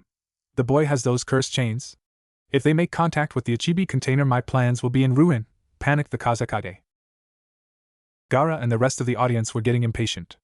Gaara was often the one who was attacked first, and was not used to waiting. Normally his foe would have struck out at him by this point, so why wasn't Uzumaki? Was he scared of him? Was Gaara intimidating to the blonde? No matter the reason, Gaara's, and by extension Shikaku's, patience was waning. Well, Uzumaki, are you scared? Fight me! Make me feel alive! Raged an ever-growing psychotic Gaara. Oi! Shut up! I'll beat you, you'll see! Shouted the blonde as he pointed at the psychotic redhead. At this, Gaara grew a manic grin. Does that mean you are done stalling? Here Naruto smiled confidently. I wasn't stalling. Gaara was lost. If Uzumaki wasn't stalling, what was he doing? Suddenly, 6 gold glowing chains with spear tips as the leading link sprang from the ground around Gaara and rocketed toward him. Gaara's sand attempted to intercept them. However, as soon as the sand made contact, it fell lifelessly to the ground. Too stunned to move, the chains wrapped themselves around Gaara, causing all of his sand to become inert. Most were left stunned to silence save 2 and a piglet. Once again Mito and Kato were cheering loudly for the blonde in the arena. The Jonin sensei and the rookies that all went to the academy with Naruto were shocked to silence, as were Lee and his teammates. Lee was hurt by the display, as feelings of inadequacy plagued his mind as he watched the foe he struggled to defeat wrapped up and subdued too easily. Sensing his student's plight, Guy put a reassuring hand on Lee's shoulder. When Lee turned back to Guy, he met a bright shining smile. Don't worry, Lee. As soon as you're healed, we will work 5 times as hard so you can take on Gaara again and beat him. All you have seen here today was just another way someone could achieve the same goal. Don't let this get you down, cheered Guy. While tears brimmed at the corners of Lee's eyes, he nodded in agreement of his sensei's words. Asuma and Kurenai had no words. Here was the worst student of their genin's graduating class defeating 2 individuals that were thought to be the favorite of the tournament. The rookies were no better. What the hell is that? Questioned Ino. No one had an answer. Scratch that, when did Naruto get something like that? She continued on. Again, no answer. None of her peers had an answer, and the Jonin seemed to be shocked by the outcome of the fight to comment. Everyone was snapped out of their shock when they heard the redhead from earlier cheering. Woohoo! Good job, Naru-chan. See? I told you he could do it. She shouted to a stunned stadium. In the arena, Gaara was going nuts while being bound. He was struggling against his bindings while calling out for his mother. Mother! Mother! Where are you? Why can't I hear her? Uzumaki! What have you done? Questioned the raving Gaara. His mad ravings immediately got the attention of the Jonin and Hokage. The Jonin were curious what the abilities of the chains were if they caused Gaara to go mad, while Hiruzen immediately went on guard as this boy was exhibiting traits of a person with psychosis. These were not traits any Kage would want in a shinobi unless they were powerful like a Jinchuriki. Gunma was also extremely on guard. Where a normal individual would either submit to the bindings if they can't escape, or wait patiently for them to be dropped, this boy was thrashing about as if his mind was in jeopardy. Temari and Kankuro were scared.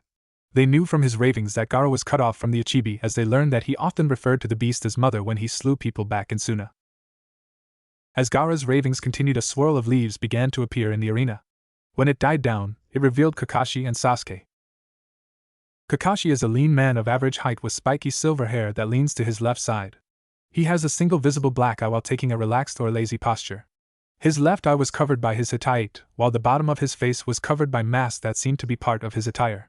He was wearing the standard Konoha Jonin attire in addition to fingerless gloves with metal plates on the back of the hands as well as blue shinobi sandals.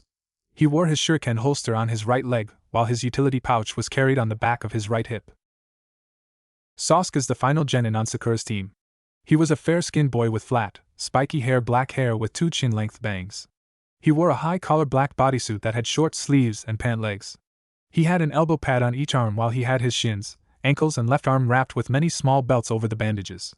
He had his hitai wrapped around his forehead, while his shuriken holster attached around his right leg, while his utility pouch on the back of the left side of his hip, as well as black shinobi sandals. Sorry, you wouldn't believe Kakashi was cut off by Gaara's ravings. Kakashi and Sasuke were greatly confused to see a wrapped-up Gaara going mad as he struggled against his bindings while standing across from Naruto. Needlessly to say, the two were surprised. Naruto beat Neji? Questioned Kakashi. Just what did Ebisu teach him? Sasuke, on the other hand, was more surprised to find Naruto facing off against Gaara. That was his match, so how was he not fighting him? So what did we miss? Asked Kakashi. Genma looked to Kakashi with a blank look, doing his best to tune out the now whimpering Gaara. Well, you missed your student here beating Neji by technical knockout.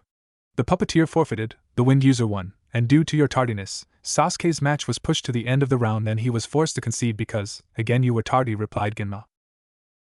Sasuke and Kakashi were shocked. How fast were the matches if he was so late that they didn't even make the reschedule? Then there were the chains.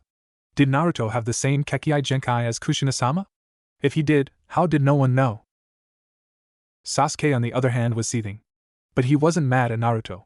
How could he be? Naruto was following the rules put forth by the exams. No, he was mad at Kakashi. His Jonin sensei wanted him to make some kind of big entrance by arriving in a shunshin to impress the audience, but no.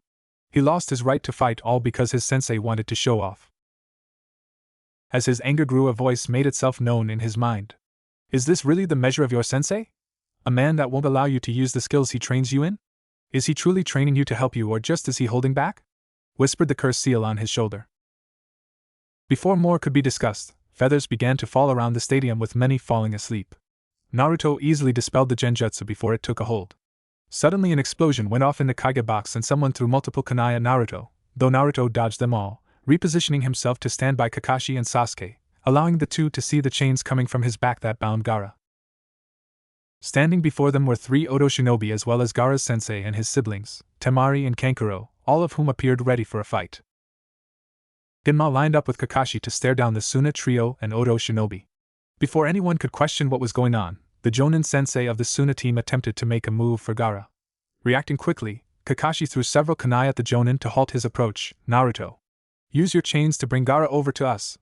Keep him away from them. Right. Following his sensei's orders, Naruto dragged Gaara to the Konoha group. At this, Kankuro brought out what was wrapped within his bundle, revealing a 6-armed, 3-eyed humanoid puppet with long shaggy black hair and exposed teeth. Kankuro sent his puppet to retrieve his Otuto. This time Sasuke acted. Despite not understanding what was happening, Kakashi made it clear that they needed to keep Gaara away from Suna shinobi in front of them. To counter the puppet's charge, Sasuke unleashed the Gokaku with the intention of incinerating the doll. The Suna trio and Oto shinobi scattered, as even though the puppet dodged the attack they were still in its path. The enemy shinobi moved to surround the Konoha group, though their journey did not go unimpeded. Sasuke chased down Temari. From what he remembered of the Suna kunoichi, she is a futon user, meaning his katan should be the perfect counter to her. The only thing he had to overcome is the distance between the two. Kankuro moved to face Naruto, his main goal to get Gaara released, and if he can kill the blonde in the process, all the better. The Jonin and Oto shinobi were facing the worst of the odds. He was facing Kakashi Hatake, which was bad enough, as well as a Tokubetsu Jonin. The Suna Jonin was thankful his face was covered in some way so as to hide the worry his eyes were likely showing. Temari was the first to strike, releasing a gale of wind blades to shred Sasuke and end her fight quickly. Sasuke dodged and continued the confrontation by throwing 2 kunai at Temari. Not deterred by the action, Temari unleashed another gale of wind, using her ability to attack and defend simultaneously. Sasuke anchored himself to the ground with chakra, attempting to weather the storm as many cuts appeared across his body. When the attack ceased, Temari was surprised by what Sasuke did next. Sasuke suddenly vanished from her line of sight only to appear behind her and throw out a strong straight to Temari's face. Shocked by the speed Sasuke demonstrated, she didn't protect herself from the strike. The hit launched her a few feet back while she landed on her side. She was able to keep a hold of her fan as she was knocked down. Sasuke chose not to press his advantage in the situation. Instead, he merely stood in a ready stance reminiscent of Rock Lee. His Sharingan was blazing, taking in every action of his foe to not be caught off guard. Temari slowly got to her feet, using her fan as support. "TCH. You think you're good?" spat Temari. Sasuke chose not to answer. Instead, he rushed forward once again to strike the Suna kunoichi, but his path was blocked as a flurry of saban that nearly landed in his arms. A look to his left showed on the puppet. The damn puppet must have launched them. The split-second moment where his attention shifted away from Temari was when she struck. Sasuke was slammed back by another gale of wind. While it did cut into him like the previous blast, Temari's main intention was to launch the last Uchiha back. As soon as Sasuke's feet left the ground, Temari threw another blast at Naruto, believing that stunning Naruto was all that was needed to disrupt his chains. Kankuro sent his puppet Karasa lunging at Naruto, his goal to break the chains that bind his Otuto. Naruto had no real long-range abilities aside from his chains, however he was already using sticks to bind Gaara. Creating any more would cement him to the ground, making him a stationary target. Remembering this to be a terrible option, he was relegated to throwing weapons until he can find a way to either strike the puppet or get to Kankuro without losing Gaara. Naruto threw 3 shuriken at Kankuro, hoping to distract him from controlling his puppet. Kankuro effortlessly dodged the incoming projectiles. The next thing Naruto knew, the puppet was coming from his left. Soon one of its arms broke where the elbow would be on a normal human, revealing foot-long blade. Moving quickly, Naruto dodged the strike effortlessly by ducking under it.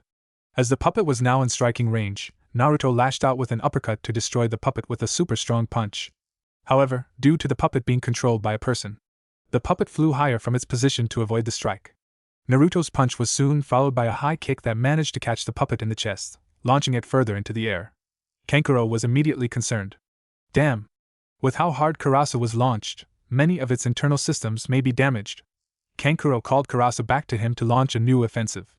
As Karasa was flying back, Kankuro noticed Sasuke speeding toward his Wenichan. Acting quickly, Kankuro had Karasa open its mouth and fire a volley of Saban at Sasuke. The next thing Naruto knew, he was struck by a blast of wind from Temari. The strike disrupted his concentration, releasing Gaara. Gaara fell limply to the floor. Due to Naruto and Sasuke taking incredible hits from Temari, either were able to stop Kankuro and Temari from retrieving Gaara. The two siblings wrapped one of Gaara's arms around their necks. The next thing they heard was their orders from their sensei as he landed next to them. He was the only survivor in the confrontation against Kakashi and Ginma. His brown Jonin vest was covered in scratches, as was his face cover. Kankuro! Temari! Get Gaara out of here! This shocked the two Suna siblings. Gaara is integral for this invasion to work, so he needs to be kept away from that blonde, said their sensei while pointing at Naruto. Whatever ability he has can shut down Gaara's chakra and access to Shikaku. Get Gaara out of here and get him to release Shikaku. His part of the plan can still be salvaged. Temari and Kankuro nodded with a yes, Baki-sensei, before retreating beyond the walls of the stadium. Hey! Wait! Shouted Naruto. Before he could move, however, Baki appeared in front of Naruto to strike him down. Before Baki could strike, however, Kakashi lashed out with a heavy side kick to the Jonin's chest. The kick launched the Jonin back to a safe distance from Naruto and Sasuke. Now, let's let the genin play. Besides, here Kakashi's laid-back demeanor changed to something murderous. I need to teach you why you never make an attempt on my student's life, said Kakashi coldly. Naruto was surprised that Kakashi referred to him as his student. He was sure that since Kakashi didn't want anything to do with him, why else would he refuse to train him for the Chunin exam finals and pass him off to someone else? Baki now knew he couldn't attack the blonde lest he risk his own life in the process.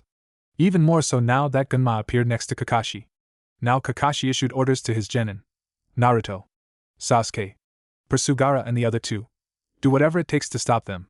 Gaara is clearly integral to their invasion plans if they put so much effort into retrieving him. Right. Responded Naruto while Sasuke nodded in affirmation. Believing his students didn't have the means to track Gaara, Kakashi summoned one of his Niken to help the boys track the fleeing Suna trio. The Niken he summoned was a small, brown pug that had a Konoha Hittite on top of his head accompanied by a blue vest, while his right foreleg appeared to be wrapped in bandages. This is Pakken. Pakken, these are two of my genin, Naruto and Sasuke. Pakken did something that surprised Sasuke but not Naruto. Yo, he greeted as he raised a paw. Wow, Kakashi-sensei. You have a summon animal too? That's so cool. Cheered Naruto. Two? I'll need to ask Naruto about that later. For now I need to stay focused, thought Kakashi. Focus, Dobe, reprimanded Sasuke. What do you need, Kakashi? Asked Pakken. Pakken, I need you to track 3 Tsunayus that just fled from here. Guide Naruto and Sasuke to them, and keep out of the fight that will no doubt ensue. Got it. Let's go, Pakken stated. Naruto and Sasuke followed Pakken in pursuit of the Suna trio. As the Konoha contingent set out, they did not realize they had a tag-along in the form of Shino. Your students don't stand a chance against Gaara, taunted Baki. I don't know about that, replied Kakashi coolly. I agree, cut in Ginma. With as strong as Uzumaki is, I think it's you who should be worried about your genin. After all, without our interference, Niji wouldn't be fighting right now, continued Ginma. This comment surprised Kakashi. Just what did Naruto do to Niji that would require Ginma's interference? Did he use the Kyuubi's chakra, questioned Kakashi as a small amount of worry crept through his thoughts. He was worried about Naruto coming into contact with the creature that nearly destroyed Konoha. For much of the journey, the group traveled mostly in silence, preparing for the conflicts ahead. It wouldn't be until the group were in the woods surrounding Konoha that the silence was broken. Sasuke had been questioning if Kakashi was a good sensei if he was late to face off against Gaara, while Naruto was focused on Kakashi referring to him as one of his students. If that were true, then why did he pass him off to Ebisu and not train him himself? As these thoughts plagued the two, they were brought back to reality by the brown pug. Hey, focus you two. We are closing in on the trio. Also, I have noticed that another has been following us since we left the stadium. He appears on and off, as if something is masking his presence. This put the two genin on guard. Someone has been following them since they left the Chunin exams arena. What were their intentions? Were they friend or foe? Many questions like this went through the boys' minds. Naruto then had an idea. Hey! How close are they? Asked Naruto. Pakken gave the air a quick sniff before replying. They are about 500 yards behind us, answered Pakken. Once told this, Naruto quickly stopped on a branch and closed his eyes. Sasuke and Pakken followed suit. Naruto! What are you doing? Shut up, team! I'm focusing. Using his chakra sensing abilities, Naruto was able to sense the presence was familiar. When the image became clearer in his mind, the outline showed to be that of Shino. It's Shino! Proclaimed Naruto. This caught Sasuke and Pakken by surprise. How can you tell? Asked Pakken. I have the ability to sense chakra. I can see it to such a fine detail that I can see the person thanks to the shape their chakra takes inside them. Even they are under a henge, I'll see the person and the cloud of chakra that surrounds them. I think he has been following us by the bug I sensed inside my jacket collar, explained Naruto. Pakken was impressed with the kid's ability. He knew how useful sensors were, and to have one, even if he can't use it while moving, definitely helps. Sasuke was shocked. This was another skill Naruto had shown he had no knowledge of. Again, the whispers of the curse seal played in his head. See the skills your useless teammate has that you don't. Was Kakashi truly the best sensei for you? Surely there is someone as better out there for you, it whispered. Sasuke visibly winced. This worried Naruto. Hey Sasuke, are you okay? I'm fine. Bit back, Sasuke, just drop it. Silence encompassed the group once again. So what do we do? Do we wait for Shino or go on? Asked Naruto. We should keep with the pursuit. That Shino kid will catch up to us, stated Pakken. Though Naruto wanted to wait for his friend, he also knew how important it was to stop Gaara if he is a Jinchuriki like himself. With a reluctant nod from Naruto, the group set out once more, hoping Shino will catch up to them before the fighting picks up. The 2+ Niken caught up to the Suna trio. Sasuke took the initiative, throwing a few kunai in the path of the fleeing Suna shinobi. Temari let out a TSK in annoyance while Kankuro frowned that they had been halted in their repositioning. The Suna trio turned to face the landing Konoha party, watching intently as the two shinobi got into taijutsu stances. Temari made a decision in that moment to keep her Ototos safe. Kankuro, go get Gaara out of her. Kankuro looked at his One-chan in shock. What? But Temari, Karasu is vulnerable to fire, so you are the poorest option against some with known fire jutsu. Besides, it is the job of the elder sibling to protect the younger, said Temari with a resigned smile. What neither sibling knew was that Gaara was beginning to regain his bearings. Sasuke wouldn't admit it out loud, but he jealous of the sibling bond the Suna trio was demonstrating. He was haunted by his memories of Itachi being a caring Oni-chan before that night, and his shift to being a cold murderer that night. Sensing his weakness, the cursed seal began to whisper to him once again. People will flaunt what they have in front of you unless you take it from them. Use your power. Take what she holds precious from her. This time he listened to the whispers. Naruto, Niken. Continue the pursuit. I'll handle her. Naruto looked toward his teammate Sasuke. You sure? As he asked this, Kankuro left with Gaara. In an angry tone Sasuke shouted, I have this. Don't let them get away. Surprised by Sasuke's outburst, Pakken told Naruto to follow him, making a note to tell Kakashi about the boy's snap at his teammate. As Naruto and Pakken attempted to pursue the fleeing Kankuro and Gaara, Temari readied her fan to blast the two with one of her futon jutsu. However, she was stopped when Sasuke used his new speed to get in close to try and punch Temari. Acting quickly, the Suna Kunoichi used her still-closed fan to block the strike, letting out a loud ringing in the forest. Temari was angered that she was unable to stop the remaining two from pursing her Ototos. You made a grave mistake, said Sasuke in a dark tone. Temari raised an eyebrow. Oh? And what was that? You've made me angry. Temari threw Sasuke back. As the two separated, Temari unfurled her fan and let loose a windstorm. Risenpu, a concentrated blast of wind, was launched at Sasuke, forcing Sasuke to quickly move out of its path. Sasuke countered with his own Jutsu Katan, Gokaku no Jutsu. As the fireball approached, Temari surprised Sasuke by countering with the Futon Jutsu. With a smirk she released her next technique, Fusogen no Jutsu. This time the gust of wind was accompanied by a large blast of sand, smothering the flame and getting sand all over the surrounding area. Sasuke's anger grew as he was struck by the wind and fell down a level of the trees, landing harshly on a thick branch. Kill her! Show her why you are stronger. Use my power to show why you are stronger. It was here that Sasuke let the curse seal loose. Black flame-like markings spread from the base of his neck as his chakra began to get more malicious. They stopped covering a quarter of his face, but the foreign chakra seemed to burn his body as he used it. Temari was surprised by the appearance of the markings. She was startled when Sasuke looked back up at her with the same glint that Gaara gets when he is about to kill someone. Temari acted quickly, striking out with Kamaitachi no Jutsu to keep Sasuke back. Sasuke was struck by the whirlwind of blades, launching him to the tree he was standing on. Thanks to the curse seal's power, he wasn't down for long. He got to his feet quickly and rushed the Suna Kunoichi at a speed she was not expecting. Sasuke struck the girl in the stomach with an uppercut before using a right hook to slam her head into the branch she was standing on to knock her out. It was there the seal began to whisper in his head once again. Kill her. She has hurt you. Use your new power. Show everyone your new strength. Sasuke reached for a kunai to slay the unconscious blonde before the memories of Sakura crying on his